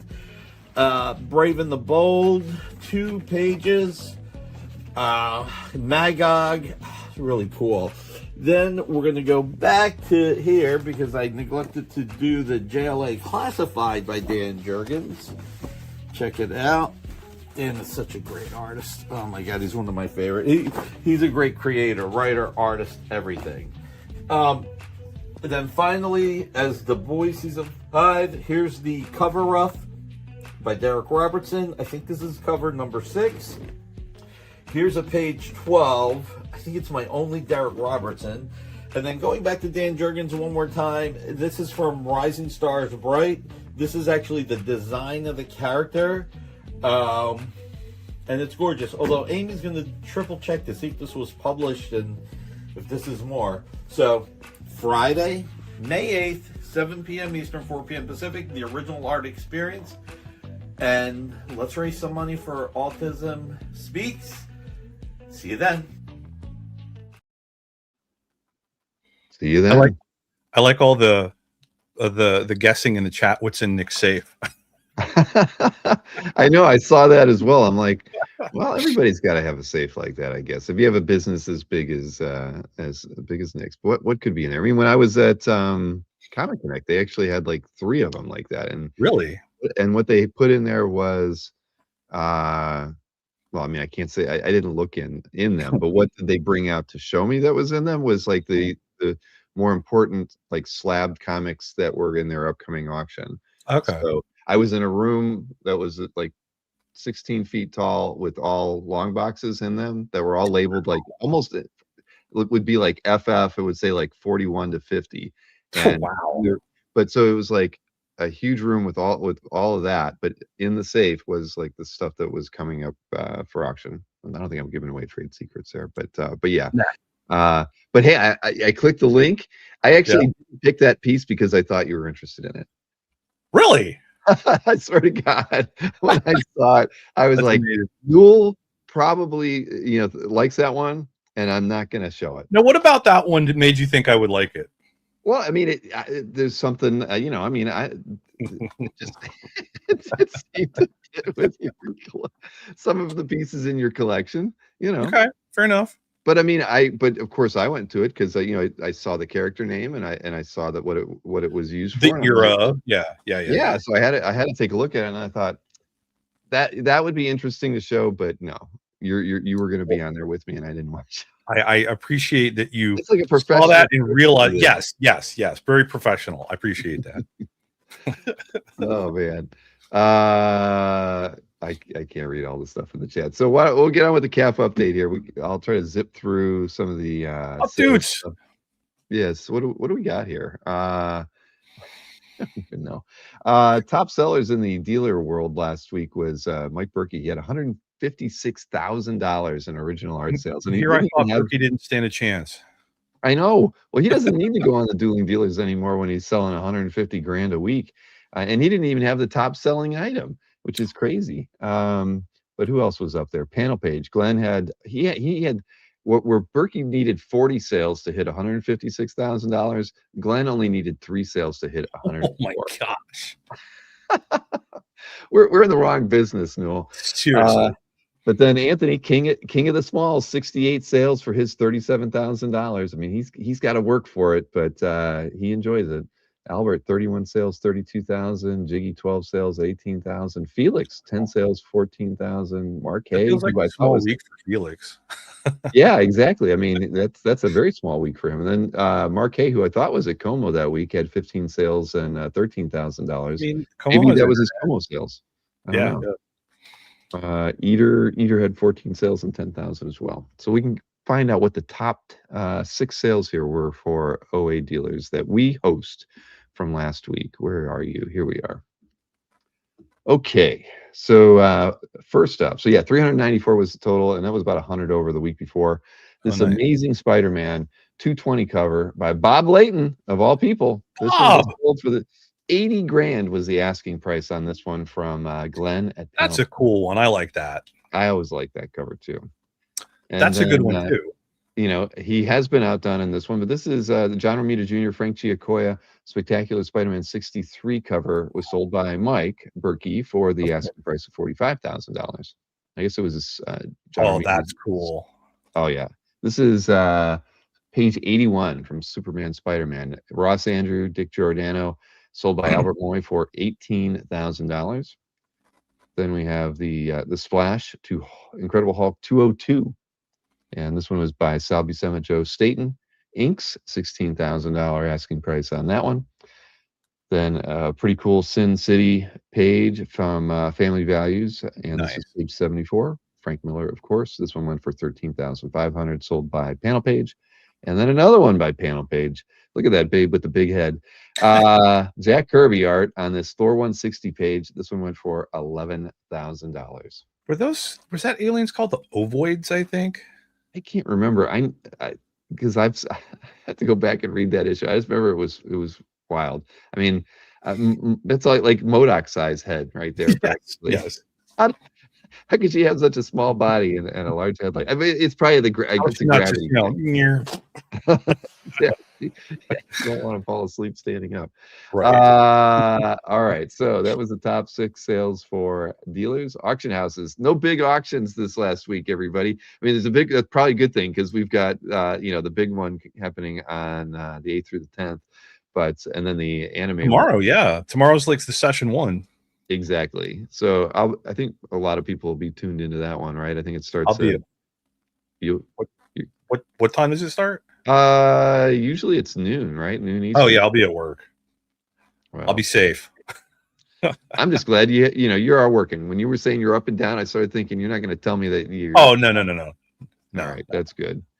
So it was almost 500,000 in sales between eBay Weekly, Heritage Weekly, and then the Heritage animation lots that were also sold. So let's take a look at the top 3 from eBay and the top 3 from Heritage Weekly. So this Kufei flight attendant pinup was sold for $4,950 on eBay. Yeah, Kufei does list a lot of their work on there. I don't recall if this was sold by them, but I probably would imagine it was. Then there is this Mark Bagley, John Dell Avengers 800 splash. Wow. That was for auction. There was quite a few bids on this one. That's a good one. 387. Yeah. Holy crap. And then this Ryan Otley piece was listed at $2,999, but it did sell for $2,000 with a make offer. It's from Invincible 139. Then over at Heritage, this was the top selling item from their weekly auction. It was a Harley Quinn small illustration. It went for $5,000. I'm totally out of the Bruce Timm Harley Quinn market, I think. Yeah. This is cool. I love this piece. Barry Windsor Smith, Conan Saga issue 5 cover prelim went for $5,000. That's cool. Yeah, I like that one a lot. And then this is an Alan Davis 2000 AD page. Oh wow, $250. I don't know if I would have been able to tell that was an Alan Davis. Me neither. I'll be honest. When I saw it, I really had to go back and look at it a few times because it didn't scream Alan Davis to me. Yeah. But yeah, so pretty average week on the auction sides, but still even with that, they still did pretty well, almost $500,000. You see, James says we might see that Bagley on CAF soon, the Avengers one. Oh. Okay, all right. Well, I'll be curious to see whose CAF gallery that winds up in, James. Smiley face. If so, but it was. I mean, it was pretty spectacular. That was one. That was a good one. I actually clicked over to take a look at the original because I don't do that too often. But there were so many characters on that splash. I couldn't make it all out in the image that I had. Okay, well we can get into the picks now. Newell. Yay! Yeah, so let's see. I think I got dark mode set up across the board here. So let's share my We love dark mode. Yeah, is that how you browse CAF? That's how I browse everything. Well, I actually did end up setting just my, like in Chrome, you can tell it to make most sites dark mode. Yeah. And it works. Most sites actually have the ability to show dark mode. It's funny. Chrome's like Google Drive, you would think that would be have a dark mode option. It doesn't, which is weird. I would have thought that their own stuff would support what their browser can do, and it does not. But here, this is I got to get over to your stuff to get us started here. All right, here we go. So let me get I don't know if I got my like on this one yet. No, I did not. Okay, so who's calf gallery in here? Tim E, a 5-year, or no, 6-year, 7-year. Shoot, man, I think I need a Zevia, Newell. Uh-oh, Newell has left the building at the moment. Let's see what happened to Newell. I brought his art in, and we lost him. I know I missed this one too, James. Well, let's see here. Death Notes. Is that what NSN Art says? Huh. Well, let's we're gonna wait for Newell to come back here so we can talk about this piece. Oh, let's see. I'm gonna add him back here. Hey, Newell. Hey. Sorry, I think my internet dropped for just a moment. Just a glitch in the matrix. No, it's all good. Yeah. The dark mode got him. Says it got me excited. Yeah. Well, J.H. Williams gets most collectors excited. Dude, I mean, yeah. This one just, when I saw this one, I had to stop and really like zoom in. This one's just too cool. The composition on this one is phenomenal. I love that it looks like they're dancing. I don't know who that the lady is. I assume it's Talia al Ghul, but I'm not sure. I'm sure somebody in the audience knows. But like the way her feet are back up kind of behind her, the arm behind her with the curved sword, the way that she's reaching out, her hair is flowing. And even Batman, they look like they're in the middle of like a ballroom dance, and I think that's really cool. I thought that the music notes done with the skulls is just such a cool idea, and it's executed so well. The two skulls that Batman's head is between, the one on the right looks like it still has the spinal column attached, and I think that's a great little detail. And I like how the cape flows down into the bottom right corner, and it could have just been the cape in the corner there to give a little bit of darkness to counteract all of the white, the negative space. But you've got the like animation style opera glasses down there with the eyes in them and everything. Mm-hmm. And it's done in a slightly different style from everything else, right? Whereas Batman and Talia are super realistic. Those glasses are in a very like animated style. I just thought that really stood out and added to the like high contrast in terms of black and white and high contrast in terms of the style. This is such a cool cover.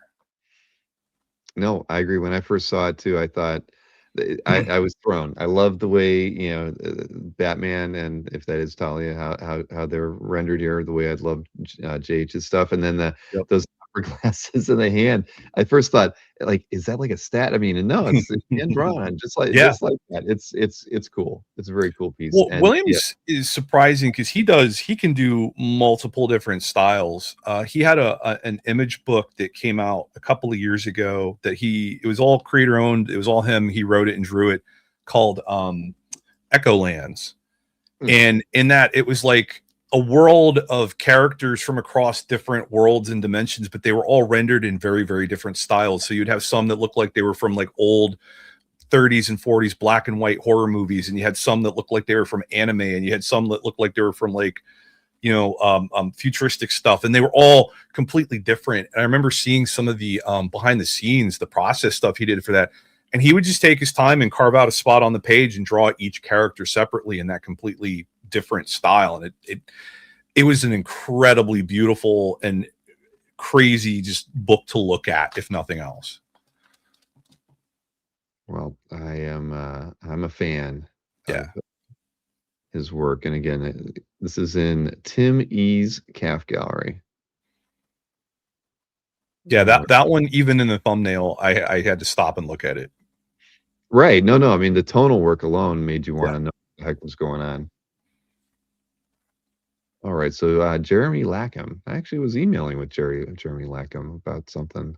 So that's interesting that you picked him. So they're in France, and this is a Carlos Dermas. I think every time Dermas comes up, you guys are like, "Oh my God, he's so good!" And I mean, this is just another example of that. And this is, Sandman going to hell and meeting with Lucifer, and that's a story that I love. And I'll be honest, I missed it the first time. I see Etrigan in there on the left now too. Oh yeah. But yeah, Harpies and Lucifer and Dream This is just beautiful. The detail is crazy. I love the kind of the almost roughness to it. It looks like it's etched, or like he laid it over a textured thing and then just rubbed the charcoal on the paper or something. It's Right, beautiful. like an Albert Dürer kind of etching or Yes. print. So no, I'm with you there. I want a bigger scan of this piece though. Yeah, seriously. Well, I'm emailing with the guy. Tell him. I can get him to, yeah. Please. Yes, we need it. We need. Yeah. Well, Yeah, he'll be happy that. I need to get a Dearmas. He's high on my list. Yep. Yeah. Well, he's with Rizzo Art, right? Oh, okay. I think he will be bringing. I know there will be some work by him in the Cal drop for sure, because he mentioned. Well, I was thinking a commission, but yeah. But well, there you go. Hey, I want a commission too. I want to get one of those ones with the single characters on the where he does like the horizontal, like I don't know what characters I would ask him for. I know who I would ask for. Yeah, you got it easy, man. So, but you would have to like think of if you wanted to have complimentary, but no, well. Yeah. Anyway. Yeah. All right. So this is a great piece. Congrats to that one was awesome. Jeremy in France. So this one I didn't see until you sent it, but the moment I saw the thumbnail, I knew it was Tommy Lee Edwards. So he does these movie poster commissions. He has a whole list of movies. I think it's called Tommy's Picks or whatever. It's the most expensive tier of commission that he does, but he has a list of movies that he likes, or TV shows even, because I think the X-Files was on the list last time I looked, and you just pick one off the list and he will do like a movie poster style commission for you of whichever property you pick. And I love Pee-wee's Big Adventure. I love Tim Burton films in general, but Pee-wee was always a big one, and this is just too perfect, right? Like it encompasses everything from the movie and gives you a real feel for it, and it's just gorgeous. Yeah, no, I agree. I love the pink tones throughout the entire piece. Just scream, Pee-wee. I did. I love this one. But yeah, I'm shocked I didn't see it, because I mean, even as a thumbnail, it could have stood out. Yeah. You couldn't miss it. So I don't know how I missed it all week, but but I'm glad that this is one that you picked. Yeah, no, that one was awesome. I saw that and I was like, oh, that goes to the top of the list. All right. Well, congrats to Jeremy Joe Jeremy. I wonder if they flip-flop their names here. Only 11 artworks on CAF, and they've been on the site. I saw that. Yeah. For 7 years. I wonder what they're holding back. Seriously. Yeah. It's like, wait, what else could you own? You have a Jusco. He's got a Joe Jusco card art from 2019. Well, it's a recreation, it says. Oh, is it? Oh, okay. Well, but still, it's a Jusco. Like yeah. Well, he's Frankenweenie is a great movie, Tom. I'm just gonna jump and just see what. Okay, he's got branching. That Spider Ham Venom is amazing. Look, he got a leg drawn by Jim Lee. That's Jim crazy. Lee Batman leg study. And it was $10,000. 10,000 per leg, and then okay, and a couple other Jim. You got an ostrich, super ostrich. Okay, so you never know what you're gonna see when you poke around CAF. All right, fantastic. Yeah, well, this is why we do this. Right, he has a very, very unique tastes, and so maybe this is all he has. But Peter Cooper, that's a cool piece drawn inside of a book, and Kim Jung-gi sketchbook remark as well. That's awesome. And a Garfield. Here, watch this. I'm gonna make. Let's see, and a Garfield Sunday. Here, I'm gonna watch his gallery. He was watched by zero. I am the first one. I wish, I didn't even think about that. We don't increment the watch count live when you click it, but there, I refreshed, and he's got his first follower. Okay, this was a cool piece, and this was in Jim D'Amico's CAF gallery, Nicholas Delort, and if you ever follow, I've known Jim for a long time, and he has an affinity for certain types of artwork. He always seems to find stuff that I would never expect him to collect. And seeing this piece is the first, that's all I can think of. It's like, I want to talk to Jim and have him tell me what about this piece he likes, because it's awesome, but it's not something I think he would collect. Yeah, well, and this one's interesting because it's a Dark Souls character. It's a video game thing, Hmm. which I thought was really fascinating because this is a cool piece. And you know, I didn't. I played a little bit of the first Dark Souls games. I didn't know who the Mirror Knight was. But I saw this piece. I was like, that's really cool. And then I read that it was from Dark Souls. Like, that's even more cool. Like that's awesome. I like art like this that, you know, takes from other fields and stuff, you know. So I thought that this is just really cool. If I find out that Jim D'Amico plays Dark Souls, I'm gonna. I don't think Jim knows what Dark Souls is, but Maybe you know, not. again, he might maybe one of his grandkids or something plays it. But at the end of the day, it's you know, he has an appreciation for art. You know, even though I know he collects a lot of pinup stuff, he collects a lot of very vintage Yep. Marvel artwork. But yeah, he always surprises me with something interesting, and this is cool. I mean, I love it. The reflection in the water like that. Mhm. It's like I'm getting two fisheye lens views of this Yeah. scene. It's awesome. Yeah. You know, funnily enough, so far I've only gotten one mystery sketch this time around, but I went rogue and I asked for a video game character. Ah, okay. So no Stingray. No Stingray. Well, no, I've never gotten a mystery sketch of Stingray. No? No, remember I was doing all the Astro City characters. Oh, that's right. That is true. You got some good ones too. Didn't you get a Jeff Isherwood? I got a Samaritan by Jeff Isherwood. That's right. I got Jack in the Box by JP, which perfect pairing. Yep. John Moore did The Confessor for me. He was the first one I ever got. It was amazing. Well, I got some good ones. I remember that one from Jeff. That's for sure. Oh yeah, I didn't know the character when I got it in, and I'm like, what is this? Dime store stooper, man. You know. All right. Well, yeah, I thought this was really cool. Yeah. And well, he does know what it is. Dark Souls, the Looking Glass. I mean, okay. Yeah, that's the only reason I knew what it was. Okay, so Rich Cirillo. I heard Rich Cirillo beat out a couple people when he got this piece too. He made some enemies in the collecting world because he was fast on the draw. Really? That's funny. Where was it at? Was it at auction or? This was posted on Tatiana's website because Tatiana. Oh, that's right. Okay.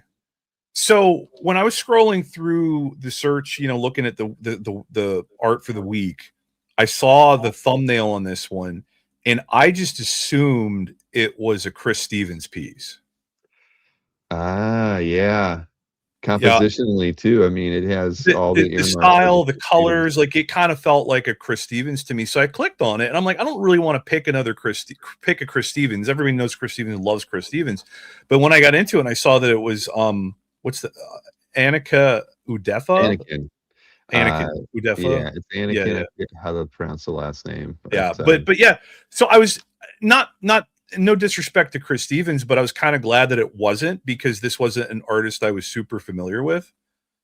And you know, I like. Did you do some research? Because I know Anakin's like a muralist. I mean, paints. No, I didn't know that. Do it if you do a Google image search, you'll be shocked. Okay, I will definitely have to do that. The artworks he's done, he's incredible. Like basically, you know, graffiti murals. I mean, 30 feet tall. Oh wow, these stuff, and super talented.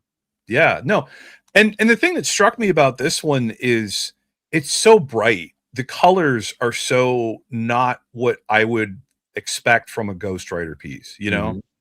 I think Rich also got a one from Anakin that was Psylocke, and it was all purpley and pink, and you know, it's what you would expect from Psylocke. This one really caught my eye because of the colors, and I think it's just really well done. I agree. And when I saw it too, I would have picked Magic. It was Magic, not Psylocke. I'm sorry. Yeah, good job, Rich. You done good. And he was fast on the trigger, so that's you gotta be sometimes. Yes. All right, congrats, Rich. You chose wisely. But yeah, definitely do a Google Anakin after the show. You'll be like, whoa. So this one seemed to get a lot of attention over this week. I saw, you know, it popped up in my feed a few different times. But who's Comic Art Boston? Cab's Yeah, always getting good stuff lately. Cab gets cool stuff. But I mean, we all love David Finch's work. I think I know he's a big hit at OAX and every other show he goes to. I mean, his work is just impeccable. The ink, the heavy blacks, like it's just phenomenal. But like, how often do we get to see him do crazy dinosaur men? You know, this one just, I love it. And the top panel on the right hand side there with the hypno eyes, wow, wow, wow. You know, like I just that's awesome. I love this. Yeah, I assume this is Sauron, right? Because he could Yep. hit these people. Yeah. But no, I'm with you. David Finch is an amazing talent. Danny Mickey's inks over him, has always been nice. And I can't see Sauron now without thinking of the meme where he's like, I could invent the cure for cancer, but I'd rather turn people into dinosaurs. Yep. Oh yeah. And then you get a shot with half of the Avengers at the time too, you know, so it's great. Yeah, no, I mean, I like this a lot. I like to say it popped up numerous times on my feed. Yeah, because I always check out the most viewed and most commented pieces, and just to kind of see what's trending on CAF. And yeah, this one was always up there. Jason, I was thinking more of the Hypnotoad from Futurama.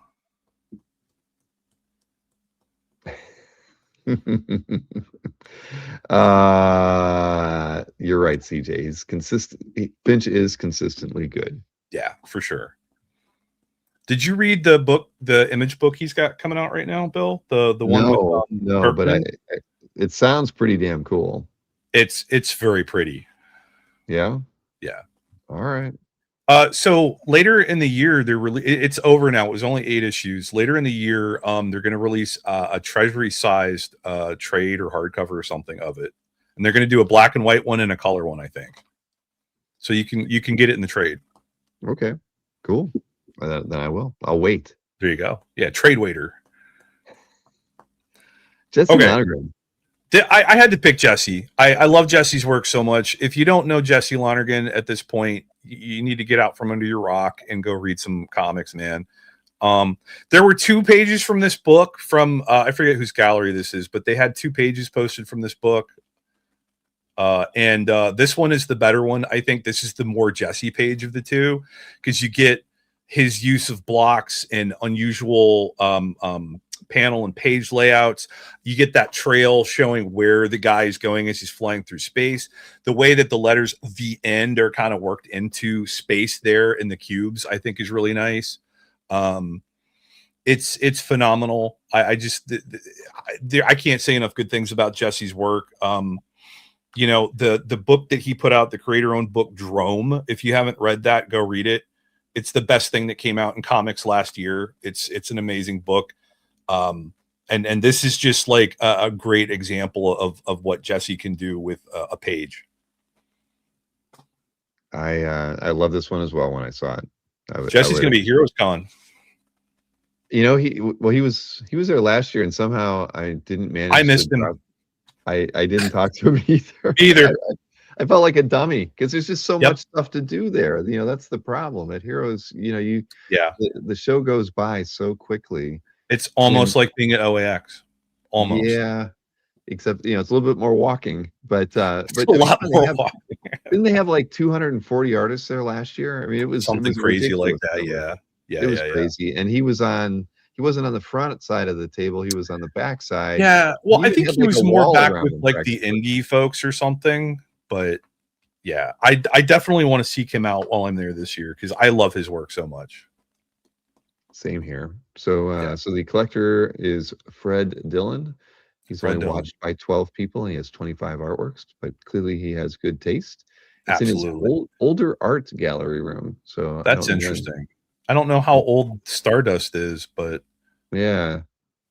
Well, maybe they're what year did he start? 2021. Well, he's a newish collector. Yeah. Okay. Hey, well, Peter read Drome. Good job, Peter. I'm glad you liked it.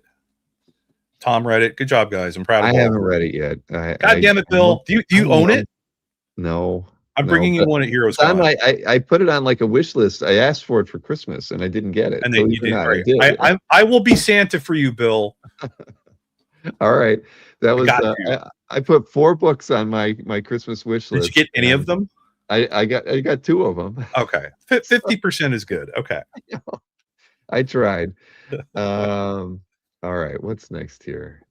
Oh, this was cool. This is this is in Mr. Barucci's Calf The Gallery. Booch.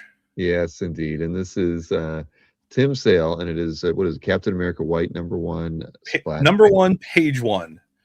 I love Tim Sale so much. He's one of my favorites. I don't own anything by him, and I desperately wish I did. And I loved all of the color books that he did through with Marvel with Jeff Loeb.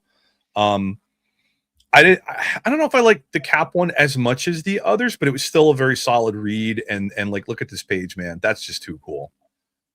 And it's so like of Tim's style. You know what I mean? That's unmistakable. Mm-hmm.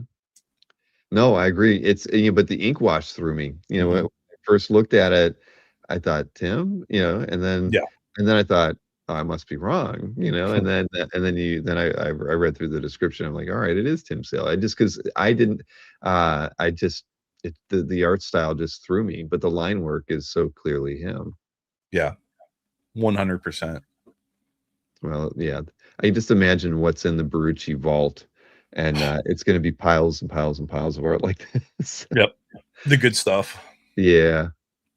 But he sells some good stuff. Imagine what he keeps. Right. Yeah. Right. Exactly. Marcus, Cap doesn't have a thigh gap. His thighs are too big for there to be a gap. I want to know why he's clutching his shield like that. Like he's not wearing any pearls, so. That is true. I love that artwork. It's my favorite piece. I forgot about that. That's pretty funny. Oh man. Well, congrats, Nick. I'm sure Nick's had this for years. Yeah. But let's see here. Gabrielle Vaughn. I don't feel like I recognize the name. Oh yeah. So go ahead. I was just gonna say, this was a 5-page story. He posted all 5 pages, and this was the final page. And spoiler, this is from a horror story called The Anniversary, I think it was. Or Happy Anniversary. That's what it was. And so the whole thing is this woman is talking to her spouse and planning out their anniversary and all this. And then you get to the joke is, right, the big scary part at the end of it, because it's a horror book. You get to this final page, and the big reveal is that the husband is dead. He has been the whole time, and she's still wishing him happy anniversary. I like this page because I like the reveal of the dead guy. I think that's a really cool dead guy. I like this zombified hands, the skeleton, but he's still holding the glass, but it's tipping over. The hole in the jacket revealing the ribs, just fantastic final panel there. And I like the second panel, the angle of it, the point of view there is really cool up through the glass. I like that a lot. Yeah, she's very demented looking in this. And artist is Bob Powell. Everybody. Bob Powell. Yeah. Okay. And this is from like the early 50s, wasn't it? Yeah. Yeah. This is from what book was this in? Chamber of Chills. 19. Okay. Yeah. Yeah, so I thought that he had the whole 5-page story was really awesome. It's really cool seeing these short stories kept together like that. But this is, obviously I thought was the best page, and just it really kind of sells the whole story, right? Agreed. And I can tell you, a lot of the, been to Berkey's a lot over the years, and it's quite remarkable the number of short stories from like the EC era that all stayed together, like a 3-page story or 5-page story. Yeah, Mike would have them like that, and Mike didn't always break them up. People, he tried keeping them together, but it was interesting because clearly at a certain point, people felt compelled to keep them together, and that's how they ended up with him. But I think it's awesome to see these things together. Yeah, he managed to keep his hairline. he does have good hair, not too bad for a dead guy. Yeah, yeah. Maybe it's a unit. All right, and last but not least, in Wayne's Calf Gallery. Now, I would never have guessed. Lopez, right? Right. Well, it's a prelim, but it looks really finished to me. Yeah. I mean, the background obviously, needs some touch up, but like, this is such a great like I'm not even a Superman guy typically, but I love the canted angle of this. I love the look on Superman's face where he's like, this fucking guy, you know. The look of mischief on Mixelplex's face, just the whole alphabet floating around him, like he's just like, I'm gonna ruin your day. Like everything about this is just fun and really, really, it's you know, Garcia Lopez is a legend, and this is why. And what I love is how fully formed this is, because the final cover image is in there in the additional images, and like it's all there, right? Like he had the concept from the beginning, and everything made it through to the end. Oh yeah, yeah. Like it was fully formed. He knew exactly what he wanted, and he executed it flawlessly. That's really nice. Yeah. Wow. Congrats, Wayne. Yeah, absolutely. That was a good get. Wayne's been posting a lot of art these days on CAF. Dan Goodwin digs it too. Yeah. Like I saw that the storm of letters drew me in, but the more I looked at it, the more I was just like, wow, this is just really good. I have to check. I feel like yeah, I was gonna say I know I watched Wayne's gallery, but I felt like I better better confirm it. Okay. 1,935 artworks. Holy crap. Man, putting us all to shame. What will be the 2,000th artwork that Wayne yeah, right. I have slightly less than 10% of that in my gallery. And 96 watchers as well, Wayne. Madness. So you got a lot of eyeballs on your CAF gallery. We like to see that. Well, deservedly so. Agreed. All right. Well, that was a good set, Newell. Thank you. Thank you. What do you got, Bill? Well, I mean, I've got, I got some tried and true ones, and I think I tried to stretch a little bit here or there, but this was in Duke. It was in Duke, so I don't want to get it wrong. John Byrne. Yeah, it's John Byrne, and it's in Duke Leeds CAF gallery. The man just keeps picking up crazy piece of art after crazy piece of art.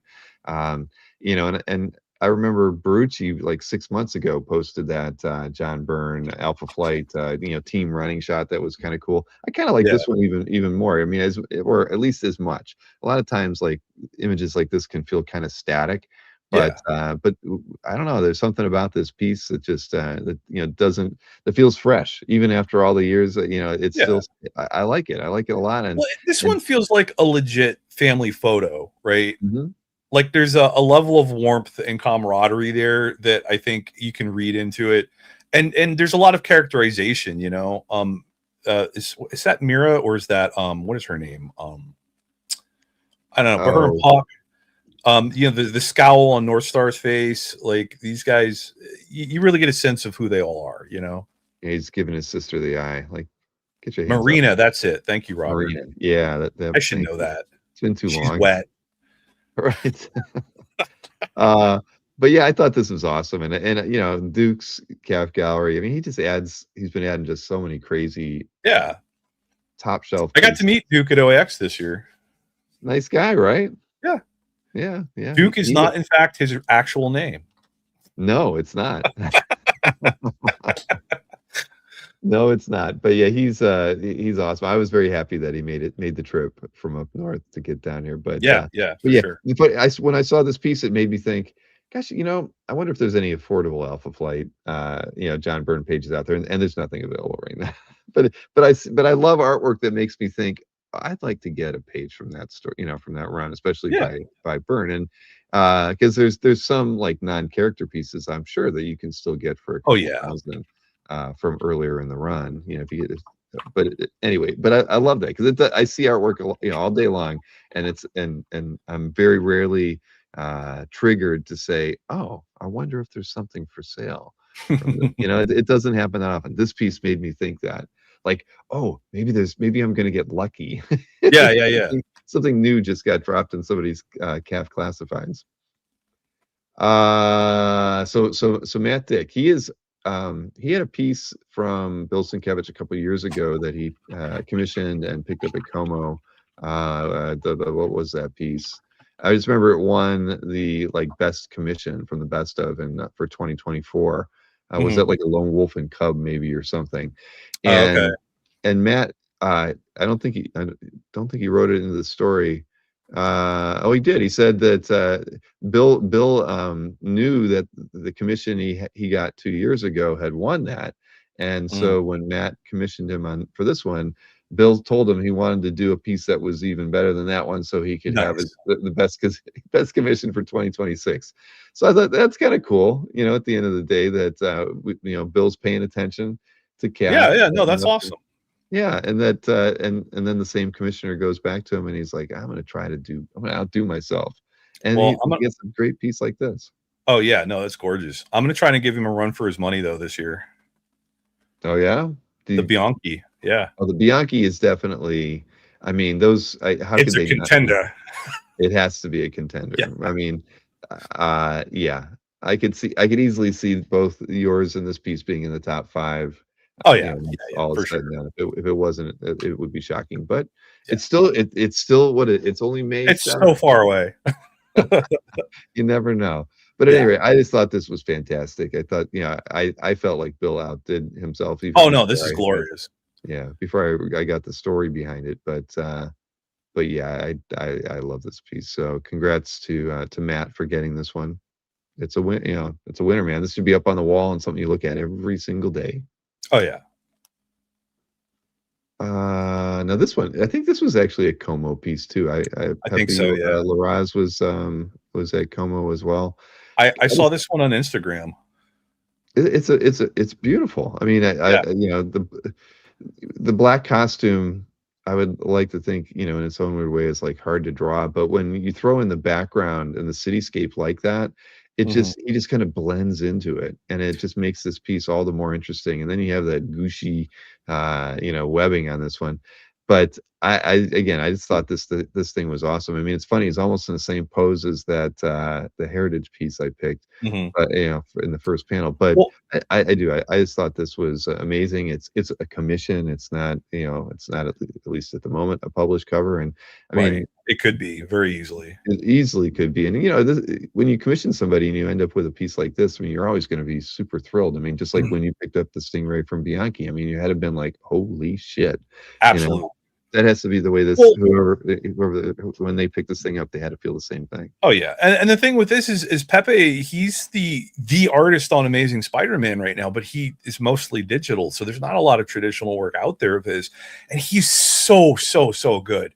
His run of Amazing has been just the best it's looked in years, and there's so little of his work out there, and to get a commission like this from him is just like mind-numbingly cool. Like, I'm so jealous. Like, this is phenomenal. Yep, I agree completely. And Greedy Collector said it was a Como piece. Yep. MLB. A lot of artists are doing different things these days. I don't know about this one, but there are a lot of artists who do their layouts and digitally print them on and then print them on the board. Sometimes they're rough and like blue lines. There are some artists that actually do some of their backgrounds where they finish them digitally, print those out, and then the characters and some of the more finer details are then done directly on the board. So it's an ever-changing world we're in as far as art collectors and and understanding what it is we're buying. But I have no idea about this particular piece. But those things are happening. They're happening all the time, and for varying reasons. A lot of it has to do more with speed than anything else. Just trying to get work done faster and better. And what are they most comfortable with? You know what really sells this one for me too? The very subtle rim lighting. It really kind of helps pop the dark figure out, and it really sells the form without getting complicated and having to add too much detail, too many lines. I think it just looks really awesome. Love this one. Yep, I agree. So Michael Gautran was at OAX this year. So no, we got 46 people watching his calf gallery. He's got some good stuff. JD, this is American Vampire 1 cover by Raphael Albuquerque. Nice. And I just kind of love the simplicity of the line work in here. I love the flapper girl here with the bites on her neck. I just thought as a piece it was just, and it's a cover too. So I have no idea I remember this cover. I hadn't seen it, so I have no idea how it was colored or whatnot. But I just thought it was really beautiful. I just love the variations in tones on her, and juxtapose that with the railroad, the engine and all that. I don't know, it just was fun. And the Outlaws, I just thought it was cool, very cool. Oh yeah, I like Albuquerque's one of those guys that has a very painterly style without really, being a full-on painter. He's so good with washes and stuff. Yeah, no, I love it. I absolutely love it. So, and apparently it was a good read. I did not read American Vampire. Sorry, I have not read this one. It was on my radar. I just never got around to it. Well, see, JD is watched by 137 people. I feel like if I'm not watching him, I must be missing out. Like, he's got to get in here and edit his cover image. Yeah. Shame him, just like we did with Alberto the other night, where we got him to slide. Wait, did Alberto not have a good cover image? He had the Paul Smith Falcon cover. Oh yeah. And it was like, you only yeah. had like the bricks. He never moved the image up. So he had one job, Alberto. Oh man, look at this. No wonder he's got a lot of people watching his stuff. Yeah. Look at what this guy has. Holy smokes. Yeah. You got the Frank Miller, the Alex Ross. Some Secret Wars, man. Holy moly. How was I not watching this guy? Jim Lee. Holy crap. Yeah. Tim Sale. James Jean Fables 1 cover. Holy crap.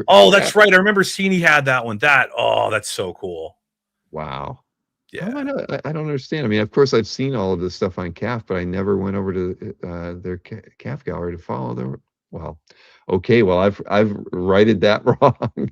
I would encourage everybody to follow JD's CAF gallery. James says you've met him. Have I? Well, how do I not follow? At OAX. Oh, I know who this guy is. Of course, he's in the Philippines. That's right. Oh, no. Well, how have I not managed to follow his CAF gallery after?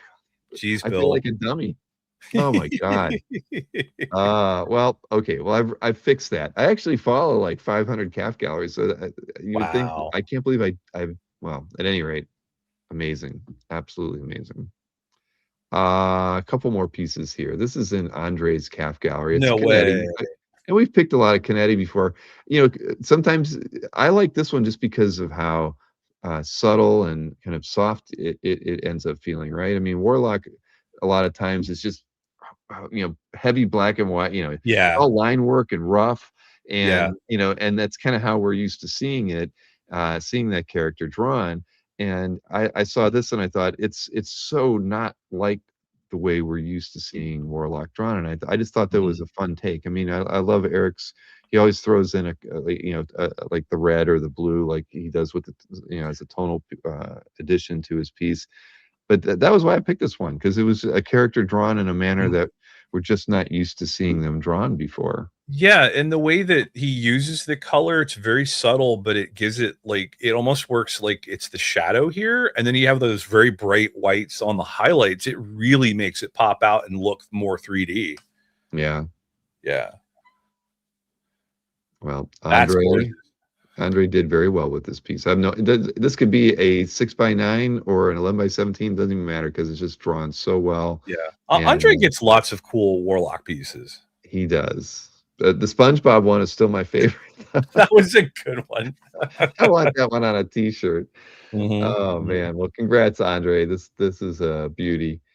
Now, okay, I picked. More Tim Sale. Yes, but very different than the Tim Sale that you picked, right? I mean, I love the composition on this one. I mean, when I first saw the thumbnail, I'm like, what are they standing on? I didn't realize it was a carpet at first, and then and then the storytelling is just perfect. She leaps at him, he catches both of her wrists. I mean, I'm like, this is just great storytelling, and it's such a beautiful piece of art.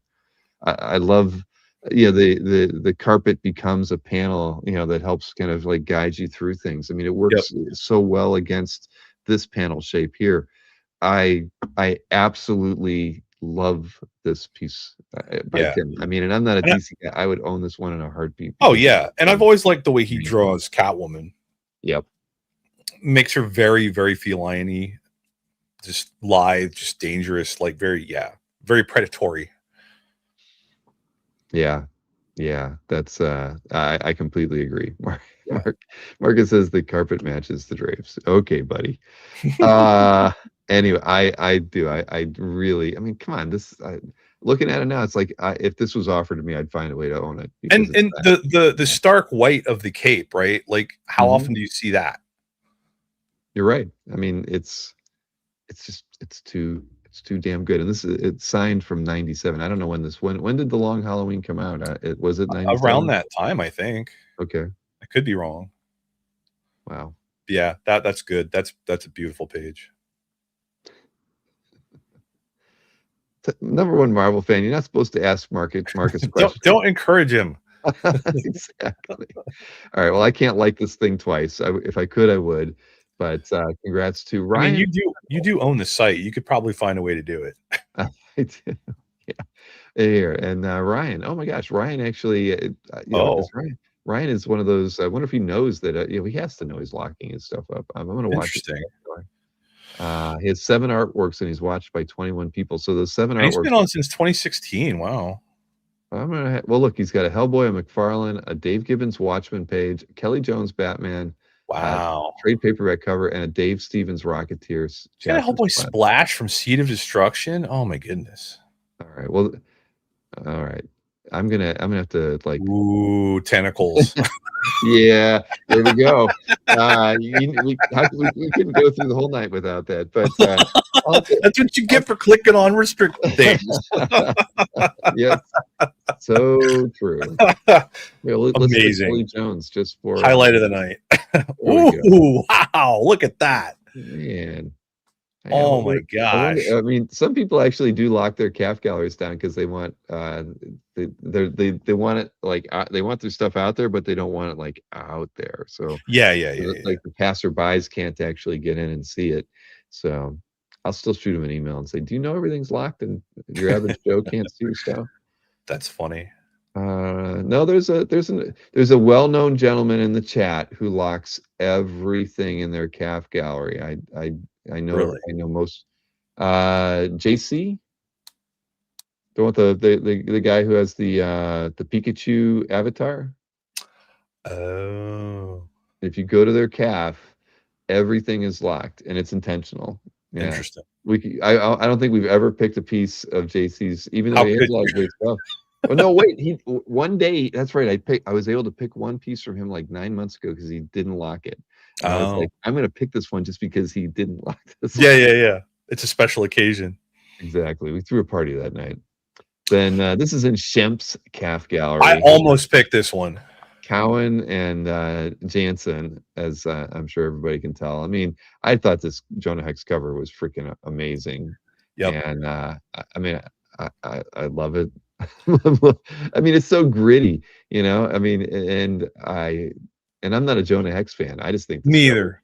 I have no experience with Jonah Hex except for the crappy movie, and it turned me off. But but this is a great cover. Let's see. Shemp says, "You know what I noticed yesterday? The brackets from my gallery name disappeared."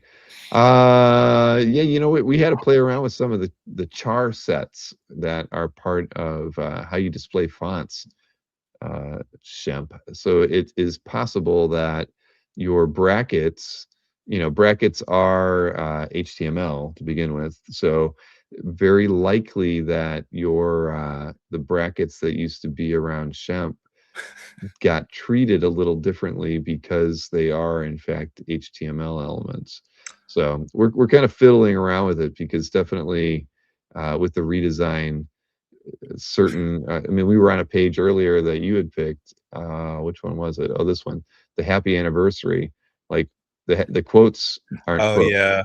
And it's just kind of funky. I mean, I've been tweaking at it a little bit. I get it to work right for like 90% of things, and then then some things don't. Did you program this site using Wingdings? We did not, but okay. It always comes down to, why couldn't Apple come up? Why did they have to make their quotes so curly? Why couldn't they just use like some standard straight up and down? but it's mostly weird stuff like that. But the funny thing with this guy is, for one of the 5 pieces where he put quotes around happy anniversary actually show up right, but but it wasn't this one. So I was like, how did he do that? How did he type his double quotes? Yeah. How do you mess that up? 80% one way and 20% the other. All right. But So anyways, since we're talking about site upgrades, have you fixed curls yet? haven't well, it's not that we haven't fixed it. We just haven't reintroduced it yet. Did Oh, you actually use Quirls? Because I all got the time, constantly. All right. Well, then we'll have to put it back on the I would appreciate it. So the night that I brought it up in the chat, you were asking if other people used it. I think you missed it, but you said if you can find 2 other people, Ian Saint and Kazra both said that they use them. Right. Well, I got an email. Who emailed me? Alex Johnson. See, I remember. I don't trust me. I don't forget anything. I mean, this is like, this has now been 7 weeks or whatever since then, and I remember Alex emailed me, and okay. I just figured since we're here, I figured I'd bring it up. All right. Quirls will make a comeback. Okay. It's just a matter of we're still finishing up Cal, and No, it's not like a priority kind of thing. I understand. I wouldn't expect it to be, but I would love it if you bring it back. Nobody used it. Dude, all the time. That's how I post stuff on social media. All right. Well, that was the whole reason why we actually made Quirls in the first place. And then I thought nobody used it. Well, and it's funny because when the site redesign happened, I just thought I was missing it, and I was dumb, and maybe it moved under a different menu or button or something. And then you said, no, we took it out. Nobody uses it. I was like, I'm sorry, what? I offended you. I'm sorry. No, I didn't offend me. I was just like, and then Colin's even saying I used it in every daily. See? I guess I should have made I should have sent out a survey before I did that. I mean, I honestly believe it was like one of the least used features on the site.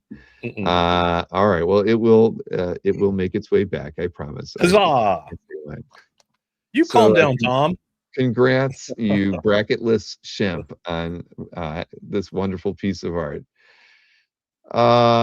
This is in Mr. Finn's calf gallery, right? Michael, 1 minute later, watched by 136 people.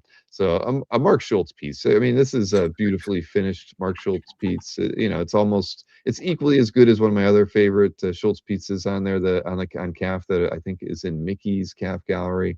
But I just thought this was wonderful, and I really like the way that spider was drawn. It has like that is a good spider, coarsest hair on a spider that I've ever seen. Yeah. But I just love this piece. Does it happen to say what story this is? Let's see. Conan at the Tower of the Elephant. The Tower of the Elephant. Okay, that's what I was thinking. Yeah. Okay, cool. That's beautiful.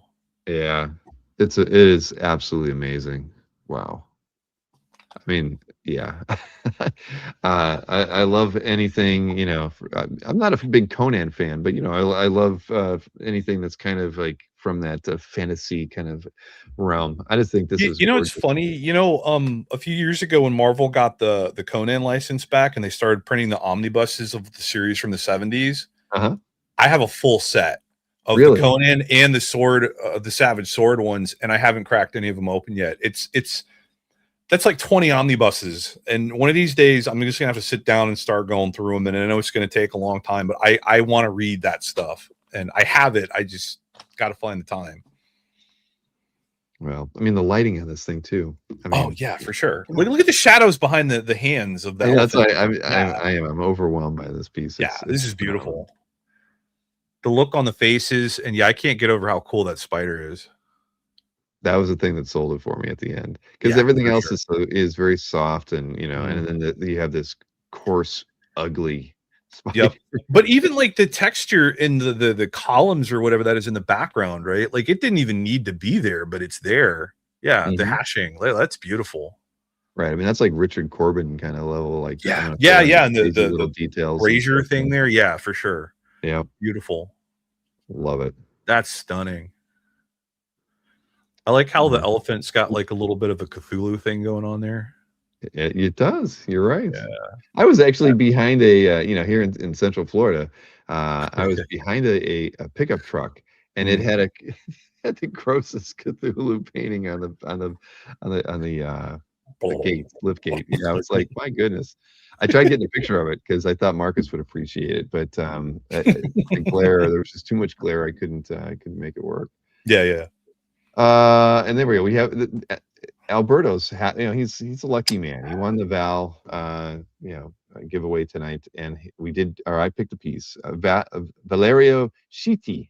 He everybody gave me hell for that the last time, but I thought this thing was. Is it Sheedy? Is it not like Skeety or something? I don't Skeety? know. I have no clue. Idea. I'm just guessing. Can someone in the chat help us out with that one? Oh no. Yes, exactly, Tunes. At any rate, the composition on this thing is what I love. I mean, I know it's got tons of skulls on it, but isn't it awesome? I mean, I love the star, the stars and stripes. Yeah, the figure in the background is a little weird to me. I don't know what it is, but it feels off to me for some reason.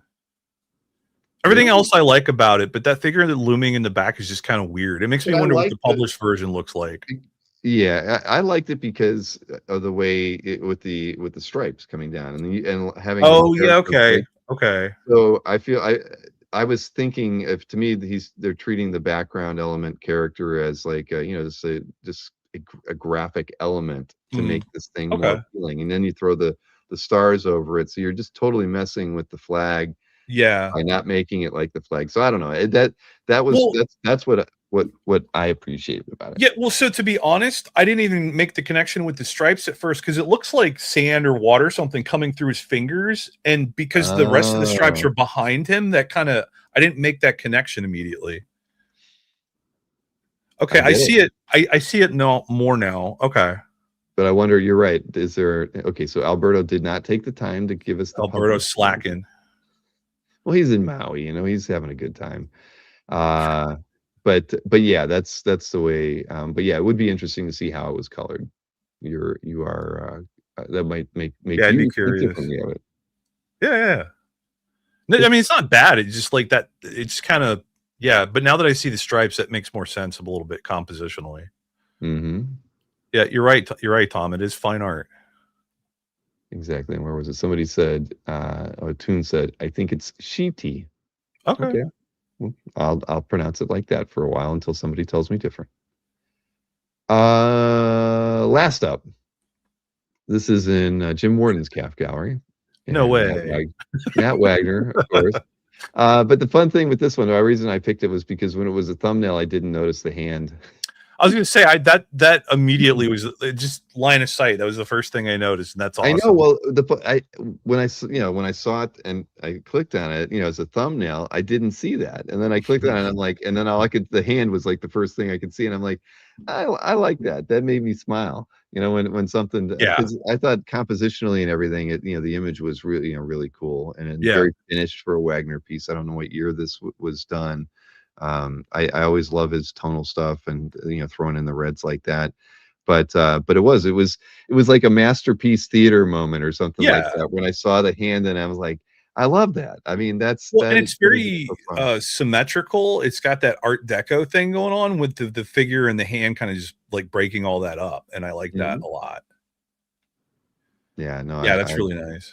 I totally dig this one. It's we won't have time to read his whole description.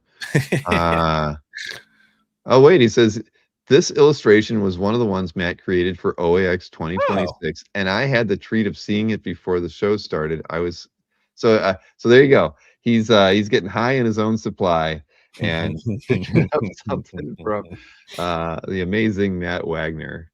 Huh. Well, nice. That's great. Well, congrats. I mean, I love it. There's some storytelling going on in here. I mean, this is absolutely clearly another guest at the party who was ended up not being a welcome guest. They got uninvited. Exactly. So congrats to Jim Warden on that wonderful pickup. So Jim's been very active posting on his calf. He has. Yeah, this past month or two. So thank you, Jim. I got a piece from Jim. Oh yeah. Oh, that's right. You did, of course. Yeah, that's right. I remember. I saw you. It was it an easy sell? Because I remember when you were debating, trying to go after it. I thought that might be a piece either Jim really loves and wants to keep, or he's going to feel like it needs to go to the right person. Well, so I didn't even know about that one. James pointed it out to me because it didn't have Stingray in the description or the title anywhere, so it didn't show up in my keyword searches. Right. And James was like, "Hey, do you know about this?" I was like, "Whoa, I have not seen that." And he had it marked not for sale, but everybody was like pushing me, so I just sent him a calf email and said, "Hey, I just wanted to let you know I think this is a great page, and if it ever becomes available, I hope you keep me in mind." That's it. That's all I said. And he came back and he was like, I had no intention of selling this, but after I clicked through your calf gallery, that's where it belongs. So like, let's talk, and so he said, he told me he had no idea what it would go for. So I pulled the group chat, and they did a lot of help, and they jumped in and started doing research and stuff, and we came up with the number, and I went and I offered it to Jim, and he said, "Well, I was close to that, and so let's meet in the middle." And I was like, "Done, let's do it."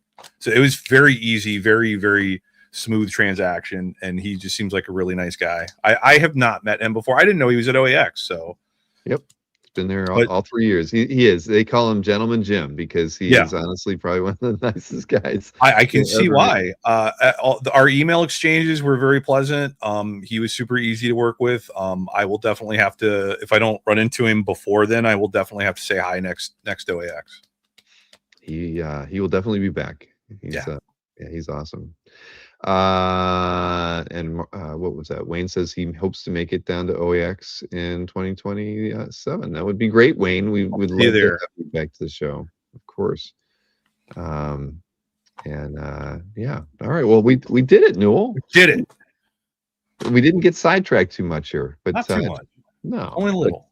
But I'm glad you're able to jump in, because Alberto was so gung ho, like he was going to do it, and he told how he knew he was going to be on vacation tonight. Yeah. The gall. Yeah. Well, Bill, I am available almost any Thursday you need me. Okay. Awesome. No, I think if you ever get tired of snorkel. I love Chris. He's man, he's fun. But at the end of the day, it's a lot of work to go through all that art. So I think it is. We liked it when we had Casey and Jill on that one time. I think that one was a lot of fun. We're gonna just kind of mix things up on the CAF update going forward. So I think you should. Yeah. Get Nick on here. See how many Cyclopses he picks. Yeah, let's get Nick and Stefan. Oh my gosh! Together, and let's see what they pick that week. I you know what I would do? I would actually intentionally see if I could. I don't know if I have any X-Men art with Cyclops on it that I've held back, and get those two on there. I would have to then post it that week just to see how many runners up pieces I might have. And there you go, Rich Cirillo. Yeah, we agree. Stingray needs his own song intro. We told Derek he needs to write a rap. Mm-hmm. And Derek can do it. We know it. More Jill, less Bill. That's what Marcus Y. If he ever goes to OAX, he's gonna have a shirt that says that. He will. Yeah, he definitely will.